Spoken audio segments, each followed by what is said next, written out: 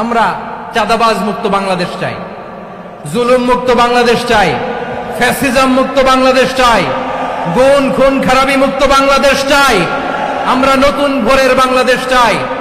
ওই বাংলাদেশ পাওয়ার জন্য মুনকার প্রতিরোধে, অন্যায় প্রতিরোধে যদি বাঘের বাচ্চার মতো, আবু সাইদের মতো দুই হাত উঁচু করে বুককে টান টান করে প্রসারিত করে দাঁড়াতে হয়, রাজি আছো মুসলমান?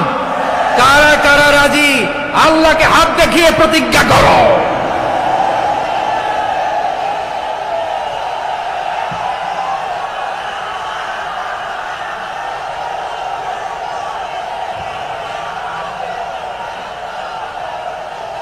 সম্মানিত সুধী,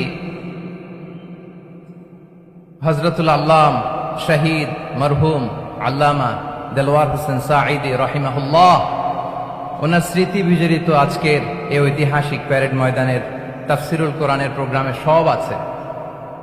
স্টেজ আছে, শ্রোতা আছে, প্যান্ডেল আছে, মিডিয়া কাভারেজ আছে, কিন্তু আমাদের কলিজার টুকরাটা আমাদের মাঝে নাই। আজকের এই প্রোগ্রামে আলোচক হয়ে এই চেয়ারে আমি না বসে ওই শ্রোতাদের কাতারে বসে যদি আমাদের আল্লামার নুরানি চেহারার দিকে তাকিয়ে ওয়াজ শুনতে পারতাম, আমাদের হৃদয়টা ঠান্ডা হয়ে যেত, আমাদের তৃষ্ণার্ত হৃদয় শান্ত হতো।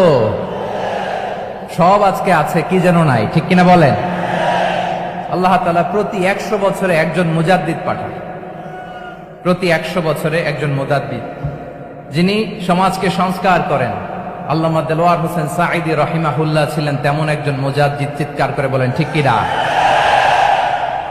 উনি শিরক বিদআতের আস্তানাকে তছনছ করে দিয়েছেন, তাওহীদের বাণীকে সমুন্নত করেছেন, গণমানুষের কাছে তাফসিরুল কোরআনকে জনপ্রিয় করেছেন। আজীবন আজীবন তিনি ইসলামকে বিজয়ী শক্তি হিসেবে দেখার স্বপ্ন দেখতেন। এত প্রাঞ্জল ভাষা, এত চমৎকার আধুনিক প্রেজেন্টেশন, গণমানুষের কাছে কোরআনের তাফসিরকে এভাবে জনপ্রিয় করে তোলার মতো ব্যক্তিত্ব আল্লামা সাঈদী ছাড়া দ্বিতীয় কেউ এই বাংলার ভূখণ্ডে নাই। এই যে তাফসিরুল কোরআন, এই যে টার্মিনোলজি, এই টার্মটাই উনি আসলে জনপ্রিয় করেছেন। আমরা আগে জানতাম না যে এভাবে তাফসির করা যায়, এভাবে scientific indications of the Holi কোরআনকে মানুষের কাছে পেশ করা যায়, এভাবে এত জীবন ঘনিষ্ঠ করে, এত ইন্টারেক্টিভ করে কোরআনের কথাগুলো মানুষের কাছে উপস্থাপন করা যায়। উনি অন্যায়ের বিরুদ্ধে সবসময় সোচ্চার ছিলেন, প্রতিবাদী কণ্ঠস্বর ছিলেন। ওনার আলোচনা শুনলে দেহের রক্ত টকবক করে ফুটতে থাকতো। আল্লাহু আকবার, আল্লাহু আকবার, আল্লাহু আকবার। He was a strong mouthpiece of Islamic revivalism. Islamic জাগরণের স্ট্রং মাউথপিস ছিলেন আল্লামা সাঈদী রাহিমাহুল্লাহ। অনেক দোয়া পেয়েছেন, আমরা পড়েছি, এমন জীবন তুমি করিবে গঠন, মরণে হাসিবে তুমি, কাঁদিবে ভুবন। গোটা বিশ্বকে তিনি কাঁদিয়েছেন। আল্লামা যখন ইন্তেকাল করলেন, আমি তখন মালয়েশিয়া থেকে যুক্তরাষ্ট্রে একটা কনফারেন্সে যোগ দিতে যাচ্ছি, কাতার এয়ারলাইন্সে। মালয়েশিয়া থেকে দোহাতে নামলাম। দোহায় যখন আমার ট্রানজিট, তখন শুনতে পেলাম যে আল্লামা বিদায় নিয়েছেন। সোশ্যাল মিডিয়ায় শুনে বিশ্বাস করতে পারলাম না। মুহূর্তের মধ্যেই মাসুদ সাঈদী ভাইকে মেসেজ করলাম, উনি কোনো উত্তর দিতে পারলেন না। মাসুদ ভাইয়ের সাথে যখন কোলাকুলি করি, আমাদের শামীম ভাইয়ের সাথে যখন কোলাকুলি করি, মনে হচ্ছে আল্লামা সাঈদীর ঘ্রাণ পাই। শরীরটা লিটারালি কাঁপছিল, নিজেকে মানাতে পারছিলাম না, বিশ্বাস করতে পারছিলাম যে আসলে আল্লামা বিদায় নিয়েছেন। ইন দ্য মিন টাইম আমার সেকেন্ড ফ্লাইট, দোহা টু নিউ ইয়র্ক, 12 ঘন্টার ফ্লাইটে উঠলাম। ইন্টারনেট থেকে বিচ্ছিন্ন হলাম। নামার পরে শুনলাম আল্লাহু আকবার, যেখানে ওনাকে কবরস্থ করার কথা ছিল সেখানেও কবর দিতে দেয়া হয় নাই। ছবিগুলো দেখতে লাগলাম, হাসিমাখা মুখ, হাসিমাখা নিথর দেহটা, মরণে হাসিবে তুমি, কাঁদিবে ভুবন। From east to west, from north to south, the entire globe, গোটা বিশ্ব ওনার জন্য কেঁদেছে, গোটা বিশ্ব কেঁদেছে। কাবার গিলাফ ধরে ধরে মানুষ চিৎকার করেছে। এর চেয়ে শ্রেষ্ঠ মৃত্যুকার হতে পারে? আমাদের আল্লামার আর কি পাওয়ার ছিল বলেন? আর কি পাওয়ার ছিল? কুল্লু নাফসিন যায়িকাতুল মাউত, যারাই দুনিয়াতে আসবে তারা ইন্তেকাল করবে, এটা আমরা মেনে নেই, এটা আমরা জানি। কিন্তু অবাক করা বিষয় হচ্ছে আমরা আজও জানি না আমাদের আল্লামার মৃত্যু কি স্বাভাবিক হয়েছে নাকি এটা পরিকল্পিত মেডিকেল কিলিং ছিল। এটা যে পরিকল্পিত মেডিকেল কিলিং ছিল এটা ধারণা করার পেছনে অনেক কারণ আছে। তিনি আধিপত্যবাদের বিরুদ্ধে সোচ্চার ছিলেন, ফ্যাসিবাদের বিরুদ্ধে সোচ্চার ছিলেন, রাজনৈতিক প্রতিহিংসার শিকার ছিলেন। এজন্য এটা মেডিকেল কিলিং হতে পারে এ ধারণা আমরা করতেই পারি। আওয়াজ করে বলেন ঠিক কিনা? যে সময়টা আমরা কাটাচ্ছি এত সুন্দর সময় বাংলাদেশ আর পাবে না। আমাদের জন্মের পর থেকে এরকম চমৎকার সময় আমরা পাই নাই, এটাই আসল সময়। আমরা ইন্টারিম গভর্নমেন্টের কাছে দাবি জানাই উচ্চতর তদন্ত কমিটি করে এটা কি হত্যাকাণ্ড ছিল নাকি স্বাভাবিক মৃত্যু ছিল এই রিপোর্ট গণমানুষের কাছে প্রচার করে জানাতে হবে।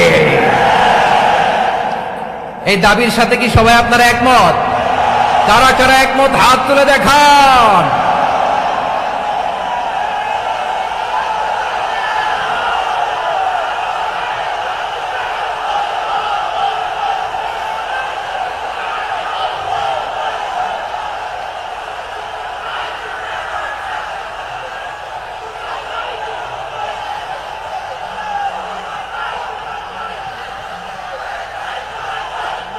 আমার প্রিয় ভাইয়েরা, প্রিয় চট্টলাবাসী, আল্লাহ তাআলা তার এই মুখলেস গোলামকে তার জান্নাতুল ফেরদাউসের মেহমান হিসেবে কবুল করুক, তার জীবনের সকল খেদমাগুলোকে কবুল করুক, জান্নাতুল ফেরদাউসের আলা মাকামে তাকে মেহমান হিসেবে কবুল করুক।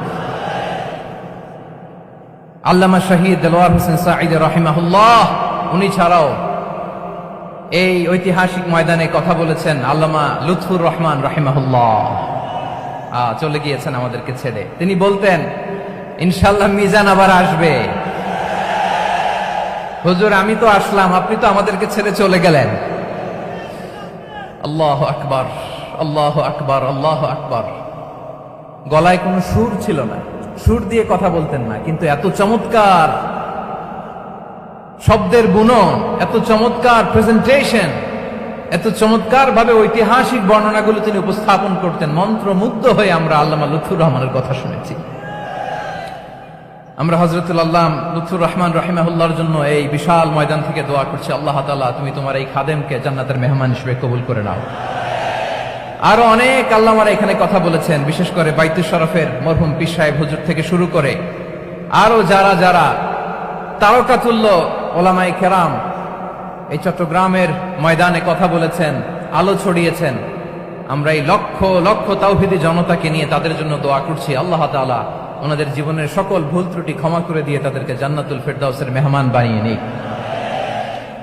আমরা এই ঐতিহাসিক প্যারেড ময়দানের প্রোগ্রাম থেকে স্মরণ করতে চাই 24-এর ছাত্র নাগরিক অভ্যুত্থানে আমার যে সমস্ত ছাত্র নাগরিক ভাইয়েরা দেহের তাজা রক্ত বিলিয়ে দিয়ে নতুন বাংলাদেশ আমাদেরকে উপহার দিয়েছে।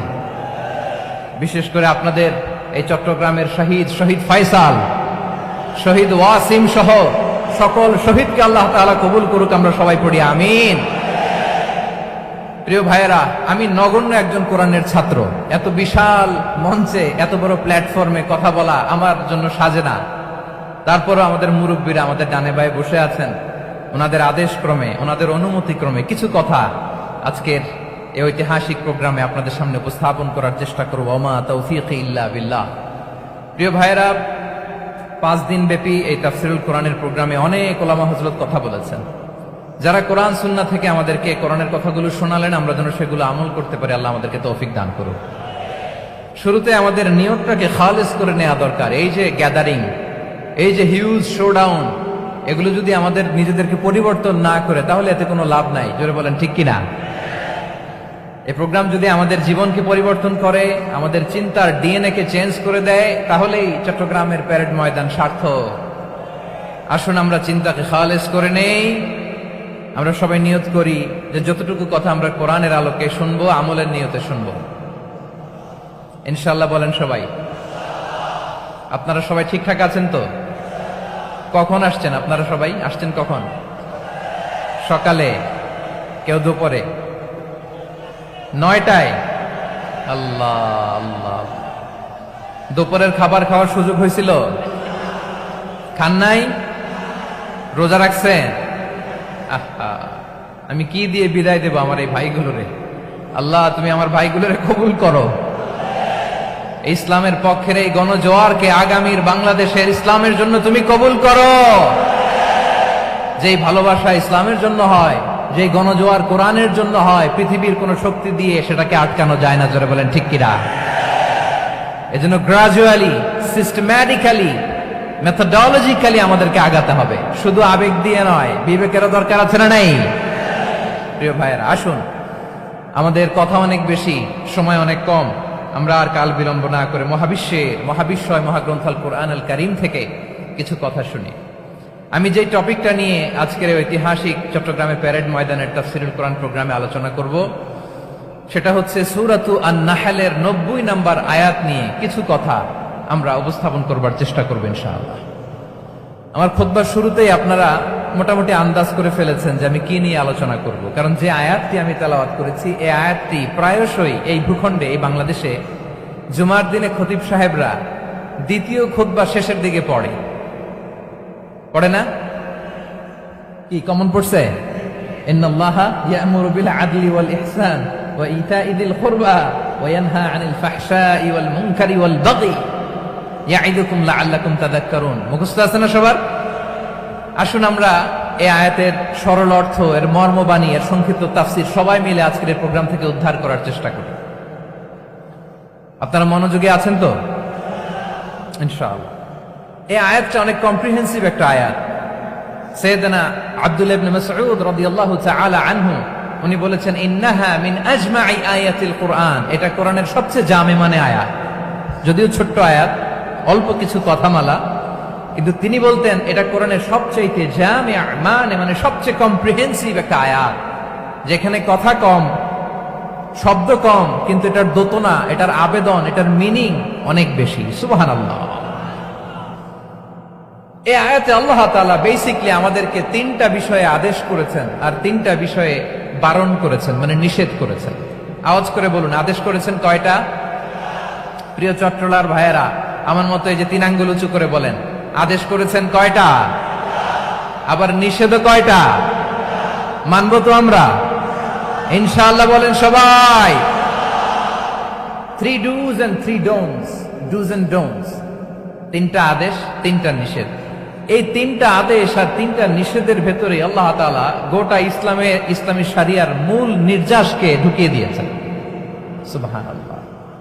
এই ছোট্ট একটা আয়াতে গোটা ইসলামী শরিয়ার, the gist, the cream of the creams, গোটা ইসলামী শরিয়ার মূল নির্যাসকে আল্লাহ ঢুকিয়ে দিয়েছেন। 3টা আদেশ আর 3টা নিষেধ। আসুন আমরা সরাসরি কোরআন থেকে শুনি, সবাই পড়ুন। আউযু বিল্লাহি মিনাশ শাইতানির রাজীম। বিসমিল্লাহির রাহমানির রাহিম। ইন্নাল্লাহা ইয়া'মুরু বিল আদলি ওয়াল ইহসানি ওয়া ইতা'i যিল কুরবা ওয়া ইয়ানহা আনিল ফাহশাই ওয়াল মুনকারি ওয়াল বাগি ইয়া'ইযুকুম লা'আল্লাকুম তাযাক্কারুন।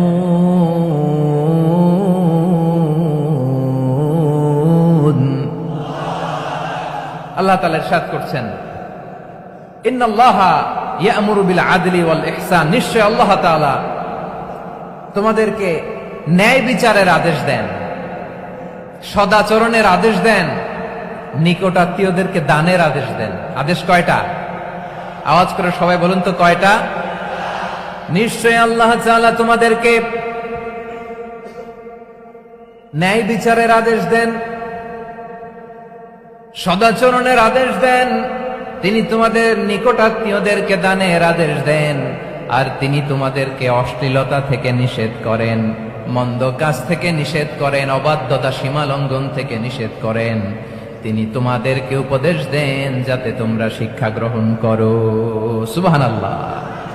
উপদেশ দিচ্ছে স্বয়ং কে? 3টা জিনিসের আদেশ। ইয়া'মুরু বিল আদল, সুবিচার ন্যায় বিচারের আদেশ তিনি দেন, ইহসানের আদেশ দেন, যাতে আমরা ইহসান করি, একে অপরের প্রতি সুবিচার করি, মহানুভবতা দেখায়, অনুগ্রহ দেখায়, আর নিকট আত্মীয়দেরকে যেন আমরা দান করি। এই তিনটা আদেশ তিনি দিয়েছেন। আর কোন তিনটা জিনিস থেকে তিনি বারণ করেছেন? অশ্লীলতা, ফাহশা, মুনকার, মানে সব মন্দ আর অসৎ কাজ, এগুলো থেকে তিনি আমাদেরকে বারণ করেন। ওয়াল বাগি, অবাধ্যতা, সীমা লঙ্ঘন, এই তিনটা কাজ থেকে তিনি আমাদেরকে বারণ করেন। তিনি আমাদেরকে উপদেশ দেন, স্বয়ং আল্লাহ তাআলা আমাদেরকে উপদেশ দেন, যাতে করে আমরা শিক্ষা গ্রহণ করি। সুবহানাল্লাহ পড়ে। তাহলে আসুন আমরা ধরে ধরে একটা একটা করে সামনের দিকে আগাই। আল্লাহ তাআলা প্রথমে আমাদেরকে আদেশ দিয়েছেন আদালের। ইন্নাল্লাহা ইয়া'মুরু বিল আদল, আওয়াজ করে বলুন আল আদাল। সবাই পড়ুন আল আদাল। আমরা উর্দু জানি, হিন্দি জানি, অনেকে ইংরেজিও জানি, কিন্তু আরবি শব্দগুলো আমাদের মুখ দিয়ে বেরোতে চায় না। আওয়াজ করে বলুন আল আদাল। মাশাআল্লাহ, ইন্নাল্লাহা ইয়া'মুরু বিল আদল। আল্লাহ তাআলা আমাদেরকে আদলের আদেশ দেন। আদল অনেকে না বুঝলেও আদালত শব্দটা বুঝবেন। আদালত, আদালত, আদালত বুঝেন না? যেখানে বিচার কার্যের ফয়সালা করা হয়, কোর্ট কাছারি আদালত, এটা তো ভেরি কমন। এটা শুনছেন না সবাই? আদালত, যেখানে ন্যায় বিচার হবে, সুশাসন হবে। কিন্তু ভাগ্যের কি নির্মম পরিহাস, ওখান থেকে মিথ্যা সাক্ষী দিয়ে মনমতো রায় দিয়ে দেয়া হয়। এগুলোর পরিবর্তন হওয়ার দরকার আছে না নাই? প্রিয় ভাইয়েরা, আদালত, আল আদল, ইংরেজিতে বলে জাস্টিস, ন্যায় বিচার, সুবিচার, সুশাসন, জাস্টিস, আল আদল, সব জায়গায় এই জাস্টিস থাকা দরকার। Justice should be prevail in the society. The mission of all prophet was to uphold the justice. সব নবীর মিশন ছিল এই জাস্টিসকে, আদালকে, সুশাসন আর সুবিচারকে নিশ্চিত করা। পড়েন সুবহানাল্লাহ। And the core message of every divine scripture was to uphold justice. পৃথিবীর সব আসমানি কিতাবের মূল শিক্ষা ছিল এই জাস্টিসকে সমাজে এনশিওর করা, সুবিচার, সুশাসনকে এনশিওর করা। তাহলে প্রিয় ভাইরা, আমরা বুঝতে পারলাম আল আদল শব্দের মানে হচ্ছে ইনসাফ বা সুবিচার বা ন্যায় বিচার। এটা হচ্ছে একটা general meaning, very general meaning. আপনি যদি ইন ডেপথ বুঝতে চান, আরো ভেতরে যান, তাহলে আদল মানে হচ্ছে সমন্বয়, আদল মানে হচ্ছে ভারসাম্য, ব্যালেন্স। আদল মানে হচ্ছে মধ্যম পন্থা। সুবহানাল্লাহ পড়েন। কারণ সব সময় সমান সমান হইলেই সুবিচার হয় না। কথা কি বুঝতেছেন? ইসলামের দ্য কনসেপ্ট অফ আদল, এটা এমন আদল, এটা সব সময় সমান সমান নয়। যখন সমান সমান দেয়া দরকার, ইসলাম সমান সমান দেয়। যখন ব্যালেন্স করা দরকার, চেক এন্ড ব্যালেন্স, সমন্বয়, ভারসাম্য করা দরকার, তখন ইসলাম ভারসাম্য করে দেয়। এটার নাম আদল। সুবহানাল্লাহ। সহজ করে আপনাদেরকে বুঝাই। যেমন ধরুন, একটা পরিবারের 3 জন সদস্য, স্বামী, স্ত্রী আর সন্তান। তাদের সকালবেলার ব্রেকফাস্টে স্বামীর, সকালের নাস্তায় স্বামীর 3টা রুটি লাগে, স্ত্রীর 2টা লাগে, আর সন্তানের 1টা রুটি লাগে। এখন আমি যদি সমান সমান করে আদল করতে চাই, সবাইকে যদি 3টা করে রুটি দেই, তাহলে স্বামী বেচারার জন্য ঠিক আছে? কি বলেন?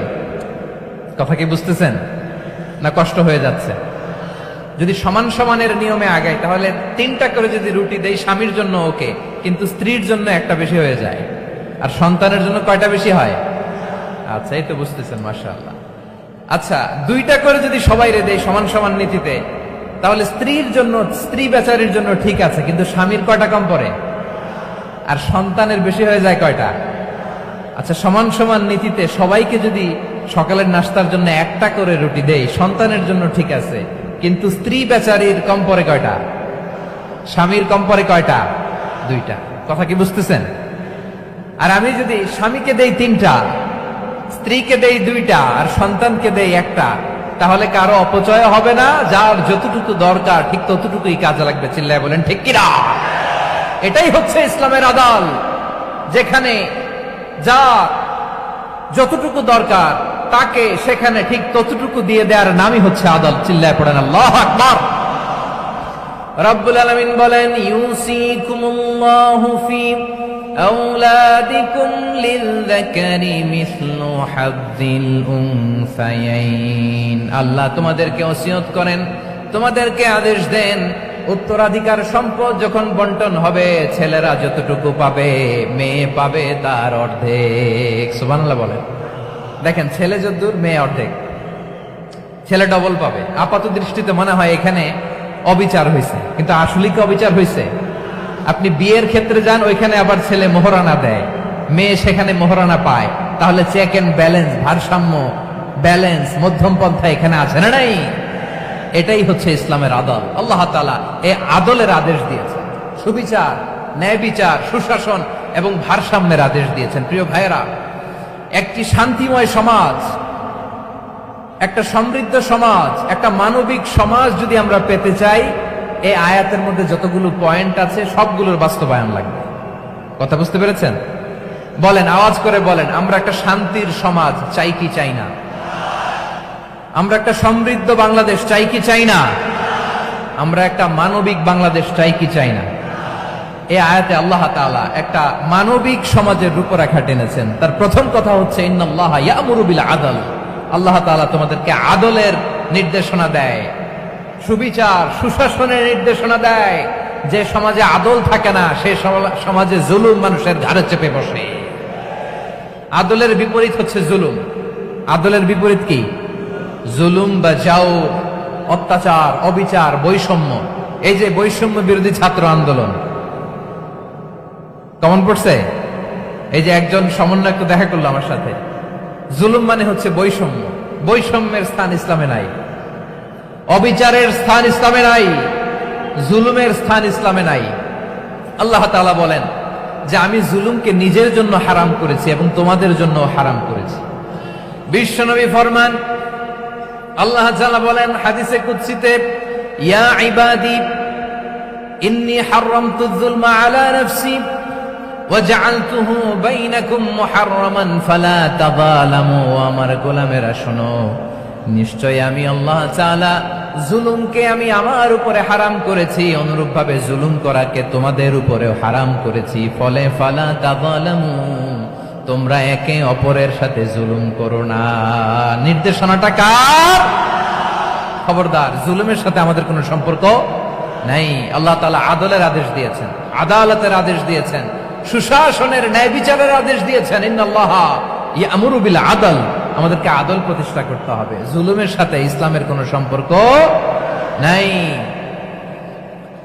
আল্লাহ তাআলা জালিমদের জন্য কঠিন শাস্তি প্রস্তুত করে রেখেছেন। যারা এই আদলকে ভুলুণ্ঠিত করে জুলুমের রাস্তায় হাঁটতে চায়, তাদের প্রাপ্য কিয়ামতের ময়দানে বুঝিয়ে দিবে কে? আল্লাহ তাআলা তাদের প্রাপ্যকে বুঝিয়ে দিবেন। এজন্য বিশ্বনবী বলে, খবরদার, তোমরা ইনসাফ করবে, আদল করবে, জুলুম করবে না। আর যুলমু যুলুমাতুন ইয়াউমাল কিয়ামা, জুলুম কিয়ামতের দিন অন্ধকার হয়ে জালিমের ঘাড়ে চেপে বসবে।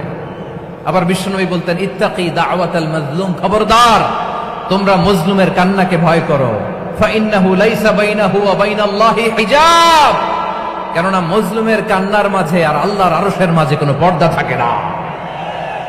বিশ্বাস হয়? এই কথা বিশ্বাস হয়? এর জলজন্ত প্রমাণ তো আমরা নিজেরাই দেখলাম। হ্যাঁ, মজলুমের কান্না ফুলে ফেপে মহিরুহ হয়ে, পাহাড়ের মতো হয়ে, বিস্ফোরিত হয়ে জালিমের মসনদকে ছারখার করে দিয়েছে। এর প্রমাণ তো আমরা নিজেরাই তো দেখলাম।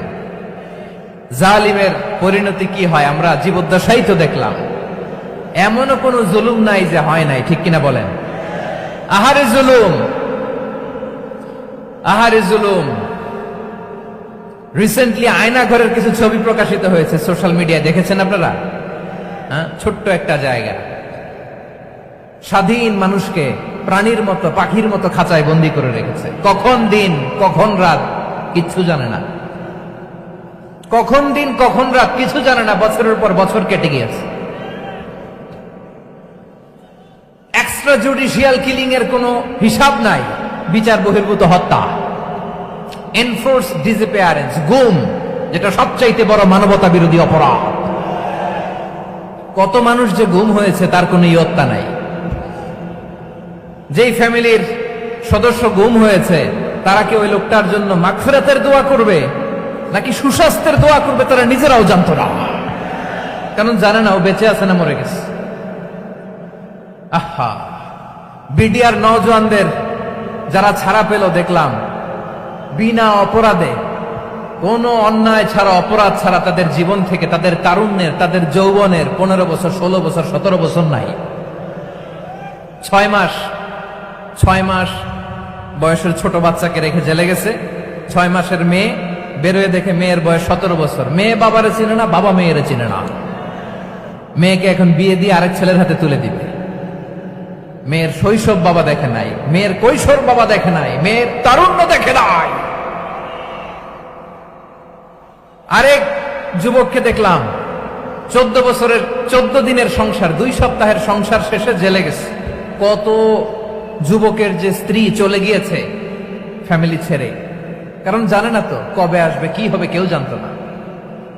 দাম্পত্য জীবনের মাত্র 14 দিনের স্মৃতি, এই স্মৃতিকে আঁকড়ে ধরে এক বোন 16টা বছর, 17টা বছর কাটিয়ে দিয়েছে।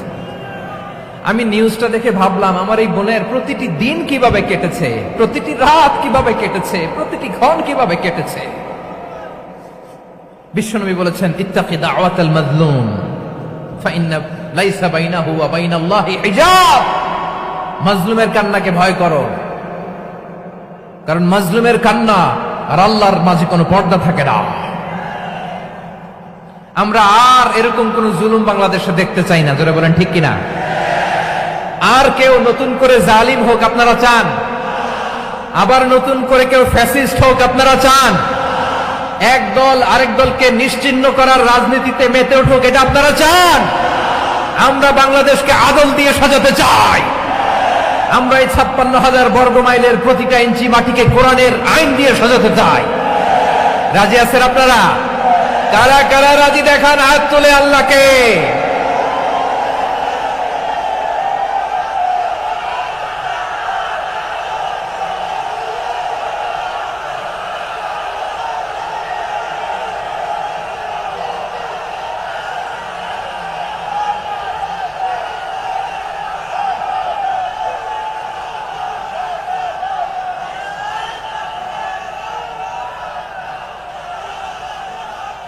বসুন আমার প্রিয় বীর চট্টলার তৌহিদি মুসলমান, আমরা আর নতুন করে কেউ জালিম হোক এটা চাই না। নতুন করে আবার কেউ ফ্যাসিস্ট হোক আমরা চাই না। এক দল আরেক দলকে নিশ্চিহ্ন করার রাজনীতি করুক আমরা চাই না। আমরা সুশাসনের বাংলাদেশ চাই।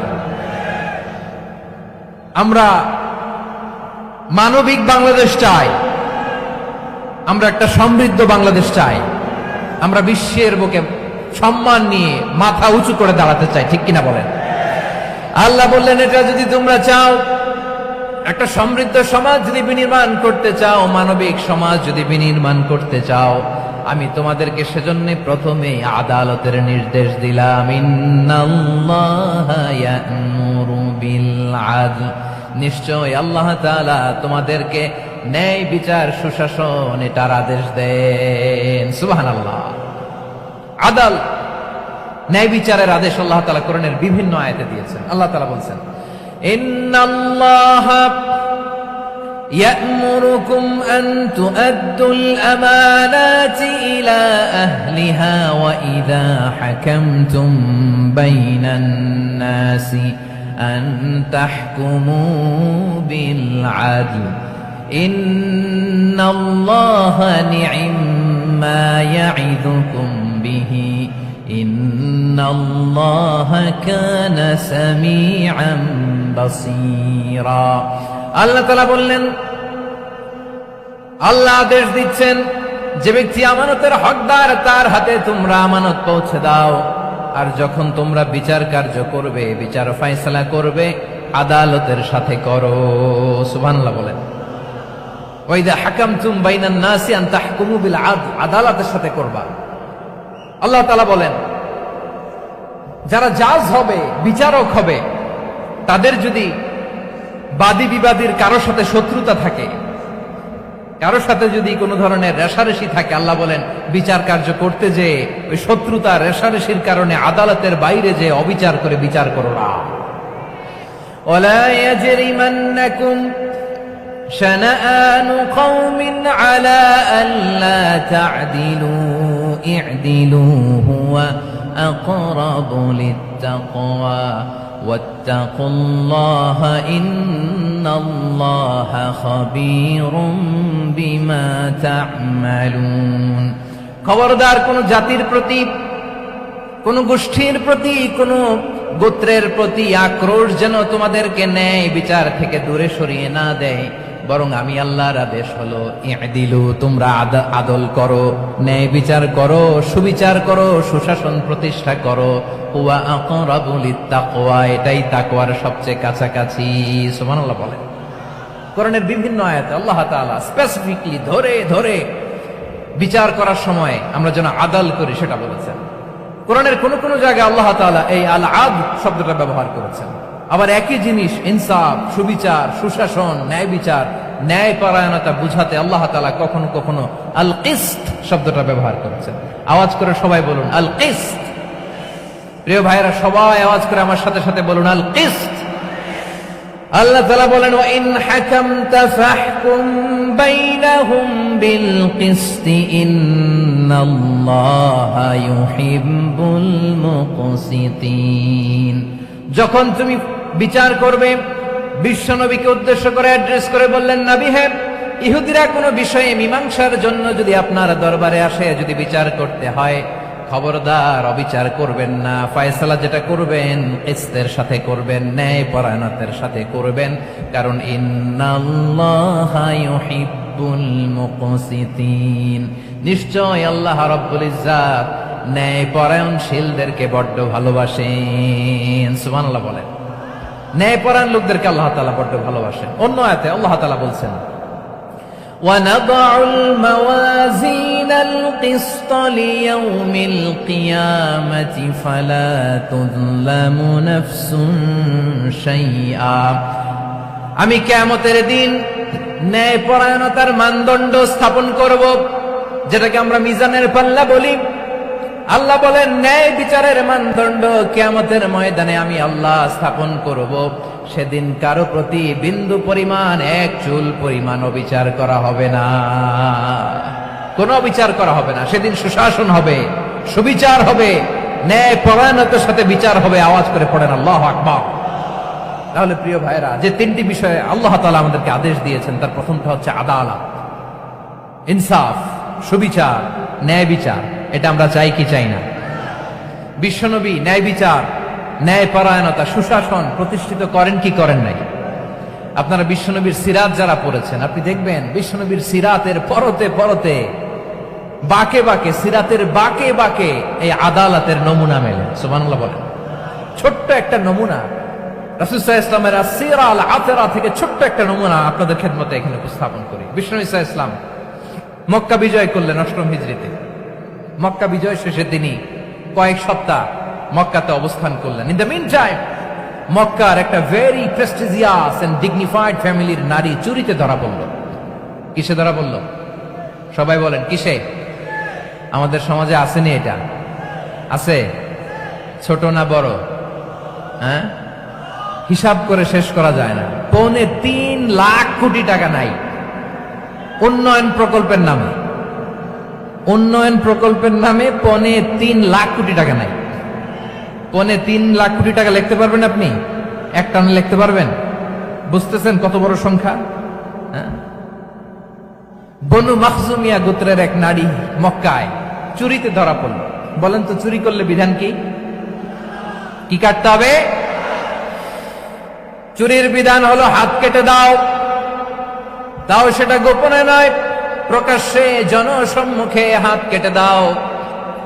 বনু মাখজুমিয়া গোত্রের নারী যখন চুরিতে ধরা পড়লো, সাহাবারা চিন্তায় পড়ে গেলেন। সবেমাত্র মক্কার লোকেরা কালিমা পড়ে মুসলমান হয়েছে, ইসলামের আইন কানুন তেমন জানে না, ইসলামী শরিয়ার সাথে বেশি পরিচিত নয়। এখন যদি বিশ্বনবী চুরির যেই বিধান এটা যদি কায়েম করে হাত যদি কেটে দেয়, না জানি মক্কার লোকেরা আবার বিগড়ে যায়, না জানি মক্কার লোকেরা আবার মুরতাদ হয়ে যায়, না জানি মক্কার লোকেরা ইসলাম থেকে দূরে সরে যায়। চলো চলো, সাহাবীরা মিলে পরামর্শ করলেন, চলো বিশ্বনবীর কাছে যে বলি, ও নবী, শুধু কেবলমাত্র একমাত্র এই নারীর জন্য চুরির হাত কাটার বিধানটা আপনি একটু থামিয়ে দেন। চুরির হাত কাটার যে বিধান এখানে একটু রহিত করে দেন, বাকিগুলা কইরেন, মদিনাতে যে চলবে, কিন্তু মক্কায় এবারের জন্য মাফ করে দেন। কিন্তু কে বলবে? এই যে পরামর্শ, সাজেশন, এটা কে দিবে বিশ্বনবীর কাছে? সাহাবারা চিন্তায় পড়ে গেলেন। আল্লাহর নবীর সামনে দাঁড়িয়ে আল্লাহর দেয়া হুদুদ, আল্লাহর দেয়া বিধান থামিয়ে দেওয়া, মাফ করে দেওয়া, এই কথা বিশ্বনবীর সামনে বলার সাহস তো কেউ রাখে না। কেউ কেউ বলল, বিশ্বনবীর পালক পুত্র যায়েদ বিন হারেসার সন্তান উসামারে বিশ্বনবী নাতির মতো আদর করে, বড্ড বেশি ভালোবাসে উসামারে। এজন্য সাহাবারা উসামাকে বলতো হিব্বু রাসূলিল্লাহ, বিশ্বনবীর ভালোবাসা। কি বলতো? সাহাবীরা বললেন, বিশ্বনবীর ভালোবাসা হিব্বু রাসূলিল্লাহ, উসামারে পাঠাও। উসামারে বিশ্বনবী নাতির মতো স্নেহ করে, মায়া করে, ভালোবাসে। আমরা পারবো না, উসামা পারবে। সবাই মিলে ফুলিয়ে ফুসিয়ে ওসামাকে, ছোট্ট ওসামাকে রাজি করালো। ওসামা, এমন এমন কথা যে তুমি বিশ্বনবীর কাছে বলতে হবে, পারবা নাকি? ওসামা বলে, পারবো। সাইয়েদনা ওসামা রাদিয়াল্লাহু তাআলা আনহু, তরুণ সাহাবী, বিশ্বনবীর কাছে গেলেন, যে বললেন, নবী, বনু মাখজুমিয়া গোত্রের এক নারী চুরিতে ধরা পড়েছে, এবারের জন্য কি এই মহিলাটারে মাফ করে দিলে হয় না? এবারের জন্য একটু ক্ষমা করা যায় না নবী? বিশ্বনবী বলেন, আতাশফাউ ফি হাদ্দিম মিন হুদুদিল্লাহ, তোমার এত বড় সাহস উসামা, তুমি আল্লাহর হাত, আল্লাহর দেয়া বিধান, এটার ব্যাপারে সুপারিশ করতে এসেছো? তোমরা কি জানো তোমাদের আগে যত কওম, যত গোত্র, যত জনপদ ধ্বংস হয়েছে, তার কারণ ছিল তাদের মধ্যে গরিবরা অন্যায় করলে তারা বিচার করত, আর ধনীরা অন্যায় করলে তারা মাফ করে দিত। খবরদার! ওয়া আইমুল্লাহ লাউ আন্না ফাতিমাতা বিনতি মুহাম্মাদিন সারাকাত লাকাতা মুহাম্মাদুন ইয়াদাহা। বিশ্বনবী বললেন, আরে ওসামা, বানু মাখজুমিয়ার ওই প্রেস্টিজিয়াস এন্ড ডিগনিফাইড ফ্যামিলির মেয়ে তো দূর কি বাত, অনেক দূরের কথা। জেনে রেখো ওসামা, আমার কলিজার টুকরা, নয়নের পুটুলি ফাতেমাও যদি মক্কার জমিনে আজকে এই চুরির দায়ে ধরা পড়তো, আমি বিশ্বনবী মুহাম্মাদুর রাসূলুল্লাহ ধরে ফাতেমার ডান হাতটা কেটে দিতে এক বিলম্ব দেরি করতাম না। ইন্নাল্লাহা ইয়া'মুরু বিল আদল, আমাদেরকে জাস্টিস শিখায়। পশ্চিমারা আমাদেরকে ইনসাফ শিখায়, আমাদেরকে সুশাসন শিখায়। আর ইনসাফ, সুশাসন, ন্যায় বিচার, সুবিচার, জাস্টিস কারে বলে? বিশ্বনবীর বায়োগ্রাফি থেকে জেনে নাও। এই ছিল বিশ্বনবী সাল্লাল্লাহু আলাইহি ইসলামের আদালতের নমুনা। আপনি যদি সাইয়েদনা ওমর ফারুকের জীবনের দিকে তাকান, এমন কঠোর, এমন বীর সেনানী ছিলেন। সাইয়েদনা ওমর ফারুক যদি রাস্তার এই মাথা দিয়ে হাঁটা শুরু করতেন, শয়তান ওমর ফারুককে দেখলে ওই রাস্তা রেখে দিয়ে অন্য রাস্তা দিয়ে হাঁটতো। সুবহানাল্লাহ। ওমর ফারুক রাদিয়াল্লাহু তাআলা আনহু কি পার্সোনালিটি ছিল, কি পার্সোনালিটি! আমাদের এলাকায় ছোট বাচ্চারা রাতে ভাত খেতে চায় না, আমার মেয়েটাও খেতে চায় না। এই এটা দিব, ওইটা দিব, আজকে মাহফিলে আসার সময় বলে দিছে লিস্ট করে, এটা এটা আনতে হবে। তো ছোট্ট বাচ্চাদের অনেক বায়না থাকে, ওরা রাতে খেতে চায় না। তো মায়েরা বিভিন্ন ভয় দেখায়, এই বাঘ আসবে, বাঘ আসবে খাও, এই ভূত আসবে, ভূত আসবে খাও। আপনারা কি বলেন চট্টগ্রামে? কি আসবে? হ্যাঁ, ভূত, ভূত, ভূত আসবে, বাঘ আসবে, খাও খাও খাও, তাড়াতাড়ি খাও। তো বাচ্চারা এগুলো শুনে ভয়ে খেতে শুরু করে। মদিনার জমিনেও একই ঘটনা ঘটতো। মদিনার ছোট্ট ছোট্ট সোনামণিরা খেতে চাইতো না। তো মায়েরা বলতো, হা হুয়া ইয়াতি উমর, হা হুয়া ইয়াতি উমর, ওই যে উমর আসতেছে, উমর। ওমরে ফারুকের কথা শুনলে বাচ্চারা একেবারে ঠান্ডা। সুবহানাল্লাহ পড়বেন না? প্রভু তুমি বলেছ রাসূল দেবে না, বলনি দেবে না ওমর, বলনি দেবে না হামজা তারি, খালিদ বিজয় সমর। প্রভু তুমি বলেছ রাসূল দেবে না, বলনি দেবে না ওমর, বলনি দেবে না হামজা তারি, খালিদ বিজয় সমর। প্রভু তুমি বলেছ রাসূল দেবে না। আল্লাহু আকবার। ওমর ফারুক রাদিয়াল্লাহু তাআলা আনহু, ওনার কথা শুনলে গায়ের মধ্যে গুজবাম হয়, গায়ের পশমগুলো দাঁড়িয়ে যায়। সুবহানাল্লাহ বলেন। কি পার্সোনালিটি ছিল, কি ব্যক্তিত্ব ছিল! মুনাফিকরা ওমর ফারুককে জমের মতো ভয় পেতেন। শয়তান, খুদ শয়তান এই রাস্তা দিয়ে আসলে শয়তান অন্য রাস্তা দিয়ে হাঁটত। ওমরে ফারুক রাদিয়াল্লাহু তাআলা আনহুর জীবনে যদি দেখেন, তাহলে সেখানে আপনি আদালতের, ইনসাফের, সুশাসনের, জাস্টিসের নমুনা দেখতে পাবেন। কয়টা শুনবেন? সাইয়েদনা ওমরে ফারুকের রাদিয়াল্লাহু তাআলা আনহুর সন্তান আব্দুর রহমান মিশরে মদ খেয়ে মদ্যপ অবস্থায় ধরা পড়েছে। মদ খাওয়ার কারণে, মদ যদি কেউ পান করে আর যদি প্রমাণিত হয়, তার বিচার হলো 80 বেত। আওয়াজ করে বলেন কয় বেত? বাংলাদেশেও তো এই আইন আছে নাকি? বাংলাদেশে আছে? হ্যাঁ, মদ খাইলে 80 বেত, এই আইন বাংলাদেশে চালু হোক। আমরা চাই কি চাই না? চাই সবাই। এজন্যই তো ইসলাম ভাল লাগে না। ইসলামকে ভাল লাগে না। ইসলামকে আউট করে রাখতে পারলেই তো এরকম বড় বড় বোতল খাওয়া যায়। একেবারে সহজ, পানির মতো সহজ, হিসাব একেবারে সহজ। ওমরে ফারুক রাদিয়াল্লাহু তাআলা আনহুর ছেলে ভুল করে মদ পান করে ফেলেছিলেন। আব্দুর রহমান, ঘটনা ঘটেছে মিশরে। মিশরের গভর্নর তখন আমর ইবনে আস রাদিয়াল্লাহু তাআলা আনহু।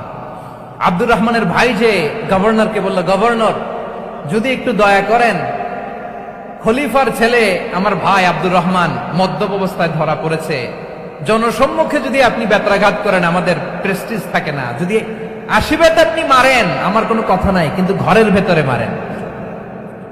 আব্দুর রহমানের ভাইয়ের সুপারিশ শুনে সাইয়েদনা আমর ইবনে আস রাদিয়াল্লাহু তাআলা আনহু রাজি হয়ে গেলেন। ঘরের ভেতরে লোকচক্ষুর আড়ালে 80 বেত তিনি মানলেন। কিন্তু ঘটনাক্রমে এই কথা লুকিয়ে লুকিয়ে ঘরের ভেতরে 80 বেত মারার কথা সাইয়েদনা ওমর ফারুক মদিনা থেকে জানতে পারলেন। মদিনা থেকে তিনি ফরমান জারি করলেন, এই বিচার যেমনটি আমর ইবনে আস আদায় করেছে, এটা প্রকৃতপক্ষে আদায় হয় নাই। আসো সবাই মদিনায় আসো, আমর ইবনে আস মদিনায় আসো, আব্দুর রহমানও আসো, সবাই আসো, জনসম্মুখে এই বিচার কার্যকর করতে হবে। সাইয়েদনা ওমর ফারুক মসজিদে নববীর পিলারের মধ্যে নিজের ছেলেকে বাঁধলেন, আবার জনসম্মুখে 80টা বেত তার গায়ের মধ্যে মারলে। মাজমুয়ে ফাতাওয়া ইবনে তাইমিয়া রাহিমাহুল্লাহ উনি এটা নকল করেছেন। এটা সবচেয়ে বিশুদ্ধ মত। আরো অনেক মত আছে, মারা গেছে কবরের উপর, ওগুলো বাদই দিলাম। কেমন খলিফা ছিলেন, কেমন খলিফা! পশ্চিমারা তোমরা জাস্টিস আমাদেরকে শেখাও,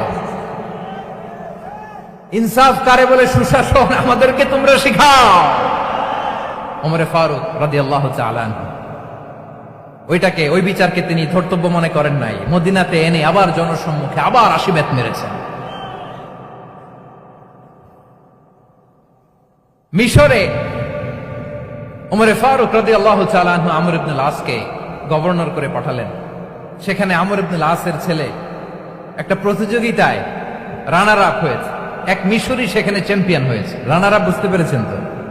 রানার আপ সেকেন্ড হয়েছে, এক মিশরি হয়েছে চ্যাম্পিয়ন প্রথম। কিন্তু গভর্নরের ছেলে ও জিততে পারে নাই। ও রাগে ওই মিশরির গায়ের মধ্যে কয়েকটা লাঠি দিয়ে বাড়ি মেরেছে। মিশরি যে মদিনাতে ওমরে ফারুকের কাছে বিচার দিলেন, আপনার গভর্নরের ছেলে অন্যায়ভাবে আমার গায়ে হাত তুলেছে। সাইয়েদনা ওমরে ফারুক আবার ফরমান জারি করলেন, আসো মদিনাতে আসো। মিশরীকে ডাকলেন। ওই মিশরের গভর্নর আমর ইবনে আস রাদিয়াল্লাহু তাআলা আনহুকে ডাকলেন, তার ছেলেকেও ডাকলেন। সবাই বসে রইল। আমর ইবনে আস রাদিয়াল্লাহু তাআলা আনহু মাথা নিচু করে বসে আছেন, লজ্জায় কাচুমাচু। হায় হায়, আজকে আমার ছেলের কারণে আমিরুল মুমিনিন খলিফাতুল মুসলিমিন ওমরে ফারুকের কাছে আমি জনসম্মুখে লজ্জিত হচ্ছি। সাইয়েদনা ওমরে ফারুক বললেন, এই নাও লাঠি। গভর্নরের ছেলে তোমার মাথার মধ্যে যতগুলো বাড়ি মেরেছে, আজকে জনসম্মুখে তুমি অতগুলা বাড়ি মারো। মিশরি বলে, থাক, আপনি যে ডেকে আনছেন সবার সামনে এটা বলছেন, এতেই আমি খুশি। আল্লাহু আকবার! আপনার মহানুভবতা দেখে আমি খুশি, আর অপমানের দরকার নাই। ওমরে ফারুক বলে, না, খবরদার, এই কথা মিশরি তুমি বলো না, মারো, যতগুলা বাড়ি মেরেছে মারো। বাধ্য হয়ে মিশরি আমর ইবনে আসের সামনে ওনার কলিজার টুকরা সন্তানের মাথার মধ্যে বাড়ি মারতে আরম্ভ করলেন। ঠিক যতগুলা বাড়ি গভর্নরের ছেলে আমর ইবনে আসের ছেলে মিশরির গায়ে মেরেছিল, মাথায় মেরেছিল, মিশরি গুনে গুনে ততটা মারলেন। এই দৃশ্য দেখে ওমরে ফারুক রেগে মেগে আগুন, রাগের চোটে রাগ, সামলাতে না পেরে আর নিজেকে সামলাতে না পেরে মিশরীরে বললেন, ছেলেরে মারা শেষ হয়ে গেলে এবার বাবার টাক মাথার মধ্যে কয়েকটা বাড়ি মার। রাগের চোটে, আউট অফ অ্যাঙ্গার, রাগের চোটে, যে আমার পাঠানো গভর্নর আমর ইবনুল আস তার ছেলেকে কেন আদব তারবিয়া কেন শিক্ষা দিতে পারে না। ছেলেরে মারা হইলে এবার আমর ইবনুল আসের মাথার মধ্যে দুইটা মারো। এটা রাগে বলেছেন, এটা শাস্তি হিসেবে না। সুবহানাল্লাহ পড়ে। তোমরা আমাদেরকে সুশাসন শিখাও, আমাদেরকে সুশাসন শিখাও। বিশ্বনবী বলেন, আদাল এটা যেন বিষয় না, এটা দিয়েই মানবিক সমাজ গড়তে হবে। আল্লাহ তাআলা কিয়ামতের কঠিন ময়দানে, যেদিন স্বামী স্ত্রীকে চিনবে না, স্ত্রী স্বামীকে দেখে পালিয়ে যাবে, বন্ধু বন্ধুরে চিনবে না, পীর সাহেব মুরিদরে চিনবে না, মুরিদ পীর সাহেবরে চিনবে না, দলের কর্মী তার নেতারে চিনবে না, নেতা তার কর্মীরে চিনবে না, বন্ধু বন্ধুরে দেখে পালাবে। এই কঠিন মুহূর্তে সূর্যটা মাথার কাছে চলে আসবে, জমিনটা তামার জমিন হবে। আজকের জমিনের মতো নয়। মানুষ ঘর্মাক্ত, ক্লান্ত, শ্রান্ত মাথার মগজগুলো কানের ছিদ্র আর নাকের ছিদ্র দিয়ে বেয়ে বেয়ে পড়বে। বিশ্বনবী ফরমান, কিয়ামতের ওই কঠিন ময়দানে 7 শ্রেণীর ব্যক্তিকে রব্বুল আলামিন তার আরশের নিচে ছায়া দিবেন। তার মধ্যে প্রথম শ্রেণীর ব্যক্তি হলো ইমামুন আদিল। ইমামুন আদিল, ন্যায়পরায়ণ শাসক, যে ইনসাফের সাথে বিচার করে, যে জাস্টিস সমাজে সার্ভ করে, যে সুশাসন নিশ্চিত করে, ওই ইমামুন আদিল। আদিল শব্দটা বুঝছেন না? ইন্নাল্লাহা ইয়া'মুরু বিল আদল। পাইছেন? আদিল।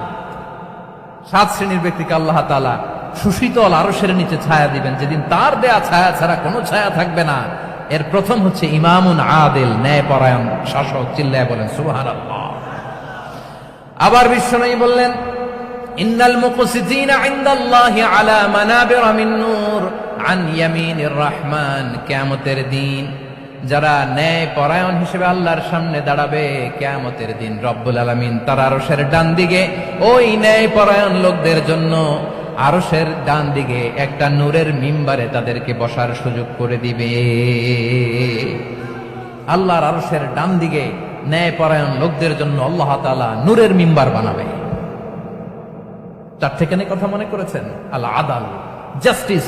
ইন্নাল্লাহা ইয়া'মুরু বিল আদল। আল্লাহ তাআলা এই আদালতের নির্দেশনা দেয়, সুবিচার, সুশাসন। প্রিয় ভাইয়েরা, এটা আমরা বাংলাদেশে চাই কি চাই না? এই যে অরাজকতা, এই যে অন্যায়, এই যে জুলুম, এই যে ইনকনসিস্টেন্সি, সমাজের অসঙ্গতি, এর প্রধান কারণ জাস্টিস নাই, সুবিচার নাই, সুশাসন নাই। শেষবারের মতো আওয়াজ করে বলেন তো, আমরা বাংলাদেশে আদল চাই কি চাই না? তাহলে প্রথম নির্দেশনা শেষ। আল্লাহ তাআলা তোমাদেরকে আদলের আদেশ দেন। এরপরে আল্লাহ বললেন, আমি তোমাদেরকে ইহসানের আদেশ দেই। ইন্নাল্লাহা ইয়া'মুরু বিল আদলি ওয়াল ইহসান। আমি তোমাদেরকে যেমনি আদলের নির্দেশনা দেই, তেমনি ভাবে তোমাদেরকে ইহসানের নির্দেশনা দেই। ইহসান, আওয়াজ করে সবাই বলেন তো ইহসান। সবাই বলেননি, সবাই বললে এতটুকু আওয়াজ হবে আমি বিশ্বাস করি না। আওয়াজ করে বলুন আল ইহসান। ইহসান মানে কারো প্রতি সফট হার্টেড হওয়া, মহানুভব হওয়া, অনুগ্রহ পরায়ণ হওয়া, অনুগ্রহশীল হওয়া, একে অপরের প্রতি দয়াদ্র হওয়া। একে অপরের প্রতি দয়াদ্র, অনুগ্রহশীল হওয়া ছাড়া মানবিক সমাজ কঠিনকালেও গঠন করা সম্ভব না।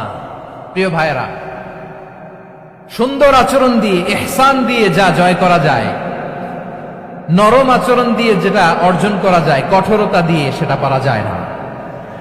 বিষ্ণু ঈসা ইসলাম ইহসান দিয়ে, কোমল আচরণ দিয়ে, তার অনুগ্রহ দিয়ে তিনি অনেক কাফিরের হৃদয়কে জয় করে ফেলেছেন।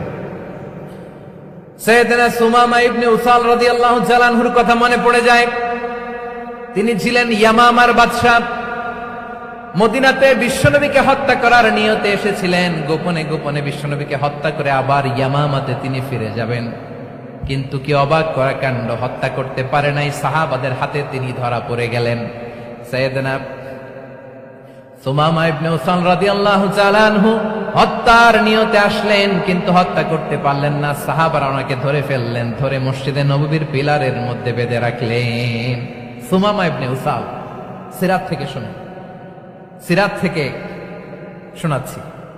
রাদিয়াল্লাহু তাআলা আনহু ইয়ামামার অধিপতি ছিলেন।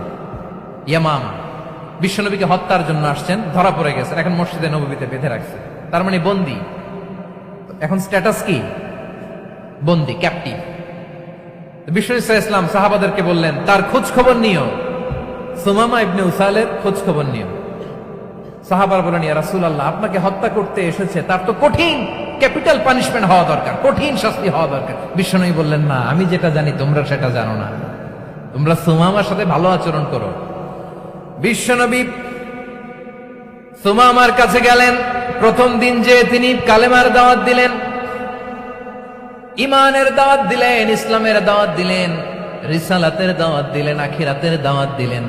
পরের দিন যে বিশ্বনবী সালাতের দাওয়াত দিলেন, যাকাতের দাওয়াত দিলেন, ইসলাম কি, কিভাবে, কেমন করে পালন করতে হয় চমৎকার আর্টিকুলেট করতে শুরু করলেন। তন্ময় হয়ে সুমামা ইবনে উসাল রাদিয়াল্লাহু তাআলা আনহু বিশ্বনবীর কথাগুলো শুনতে আরম্ভ করলো। একদিন নয়, 2 দিন নয়, টানা 3 দিন বিশ্বনবী সুমামার কাছে ইসলামকে প্রেজেন্ট করেছেন, উপস্থাপন করেছেন। আওয়াজ করে বলেন, কয় দিন? 3 দিন। 3 দিন মসজিদে নববীতে বাঁধা।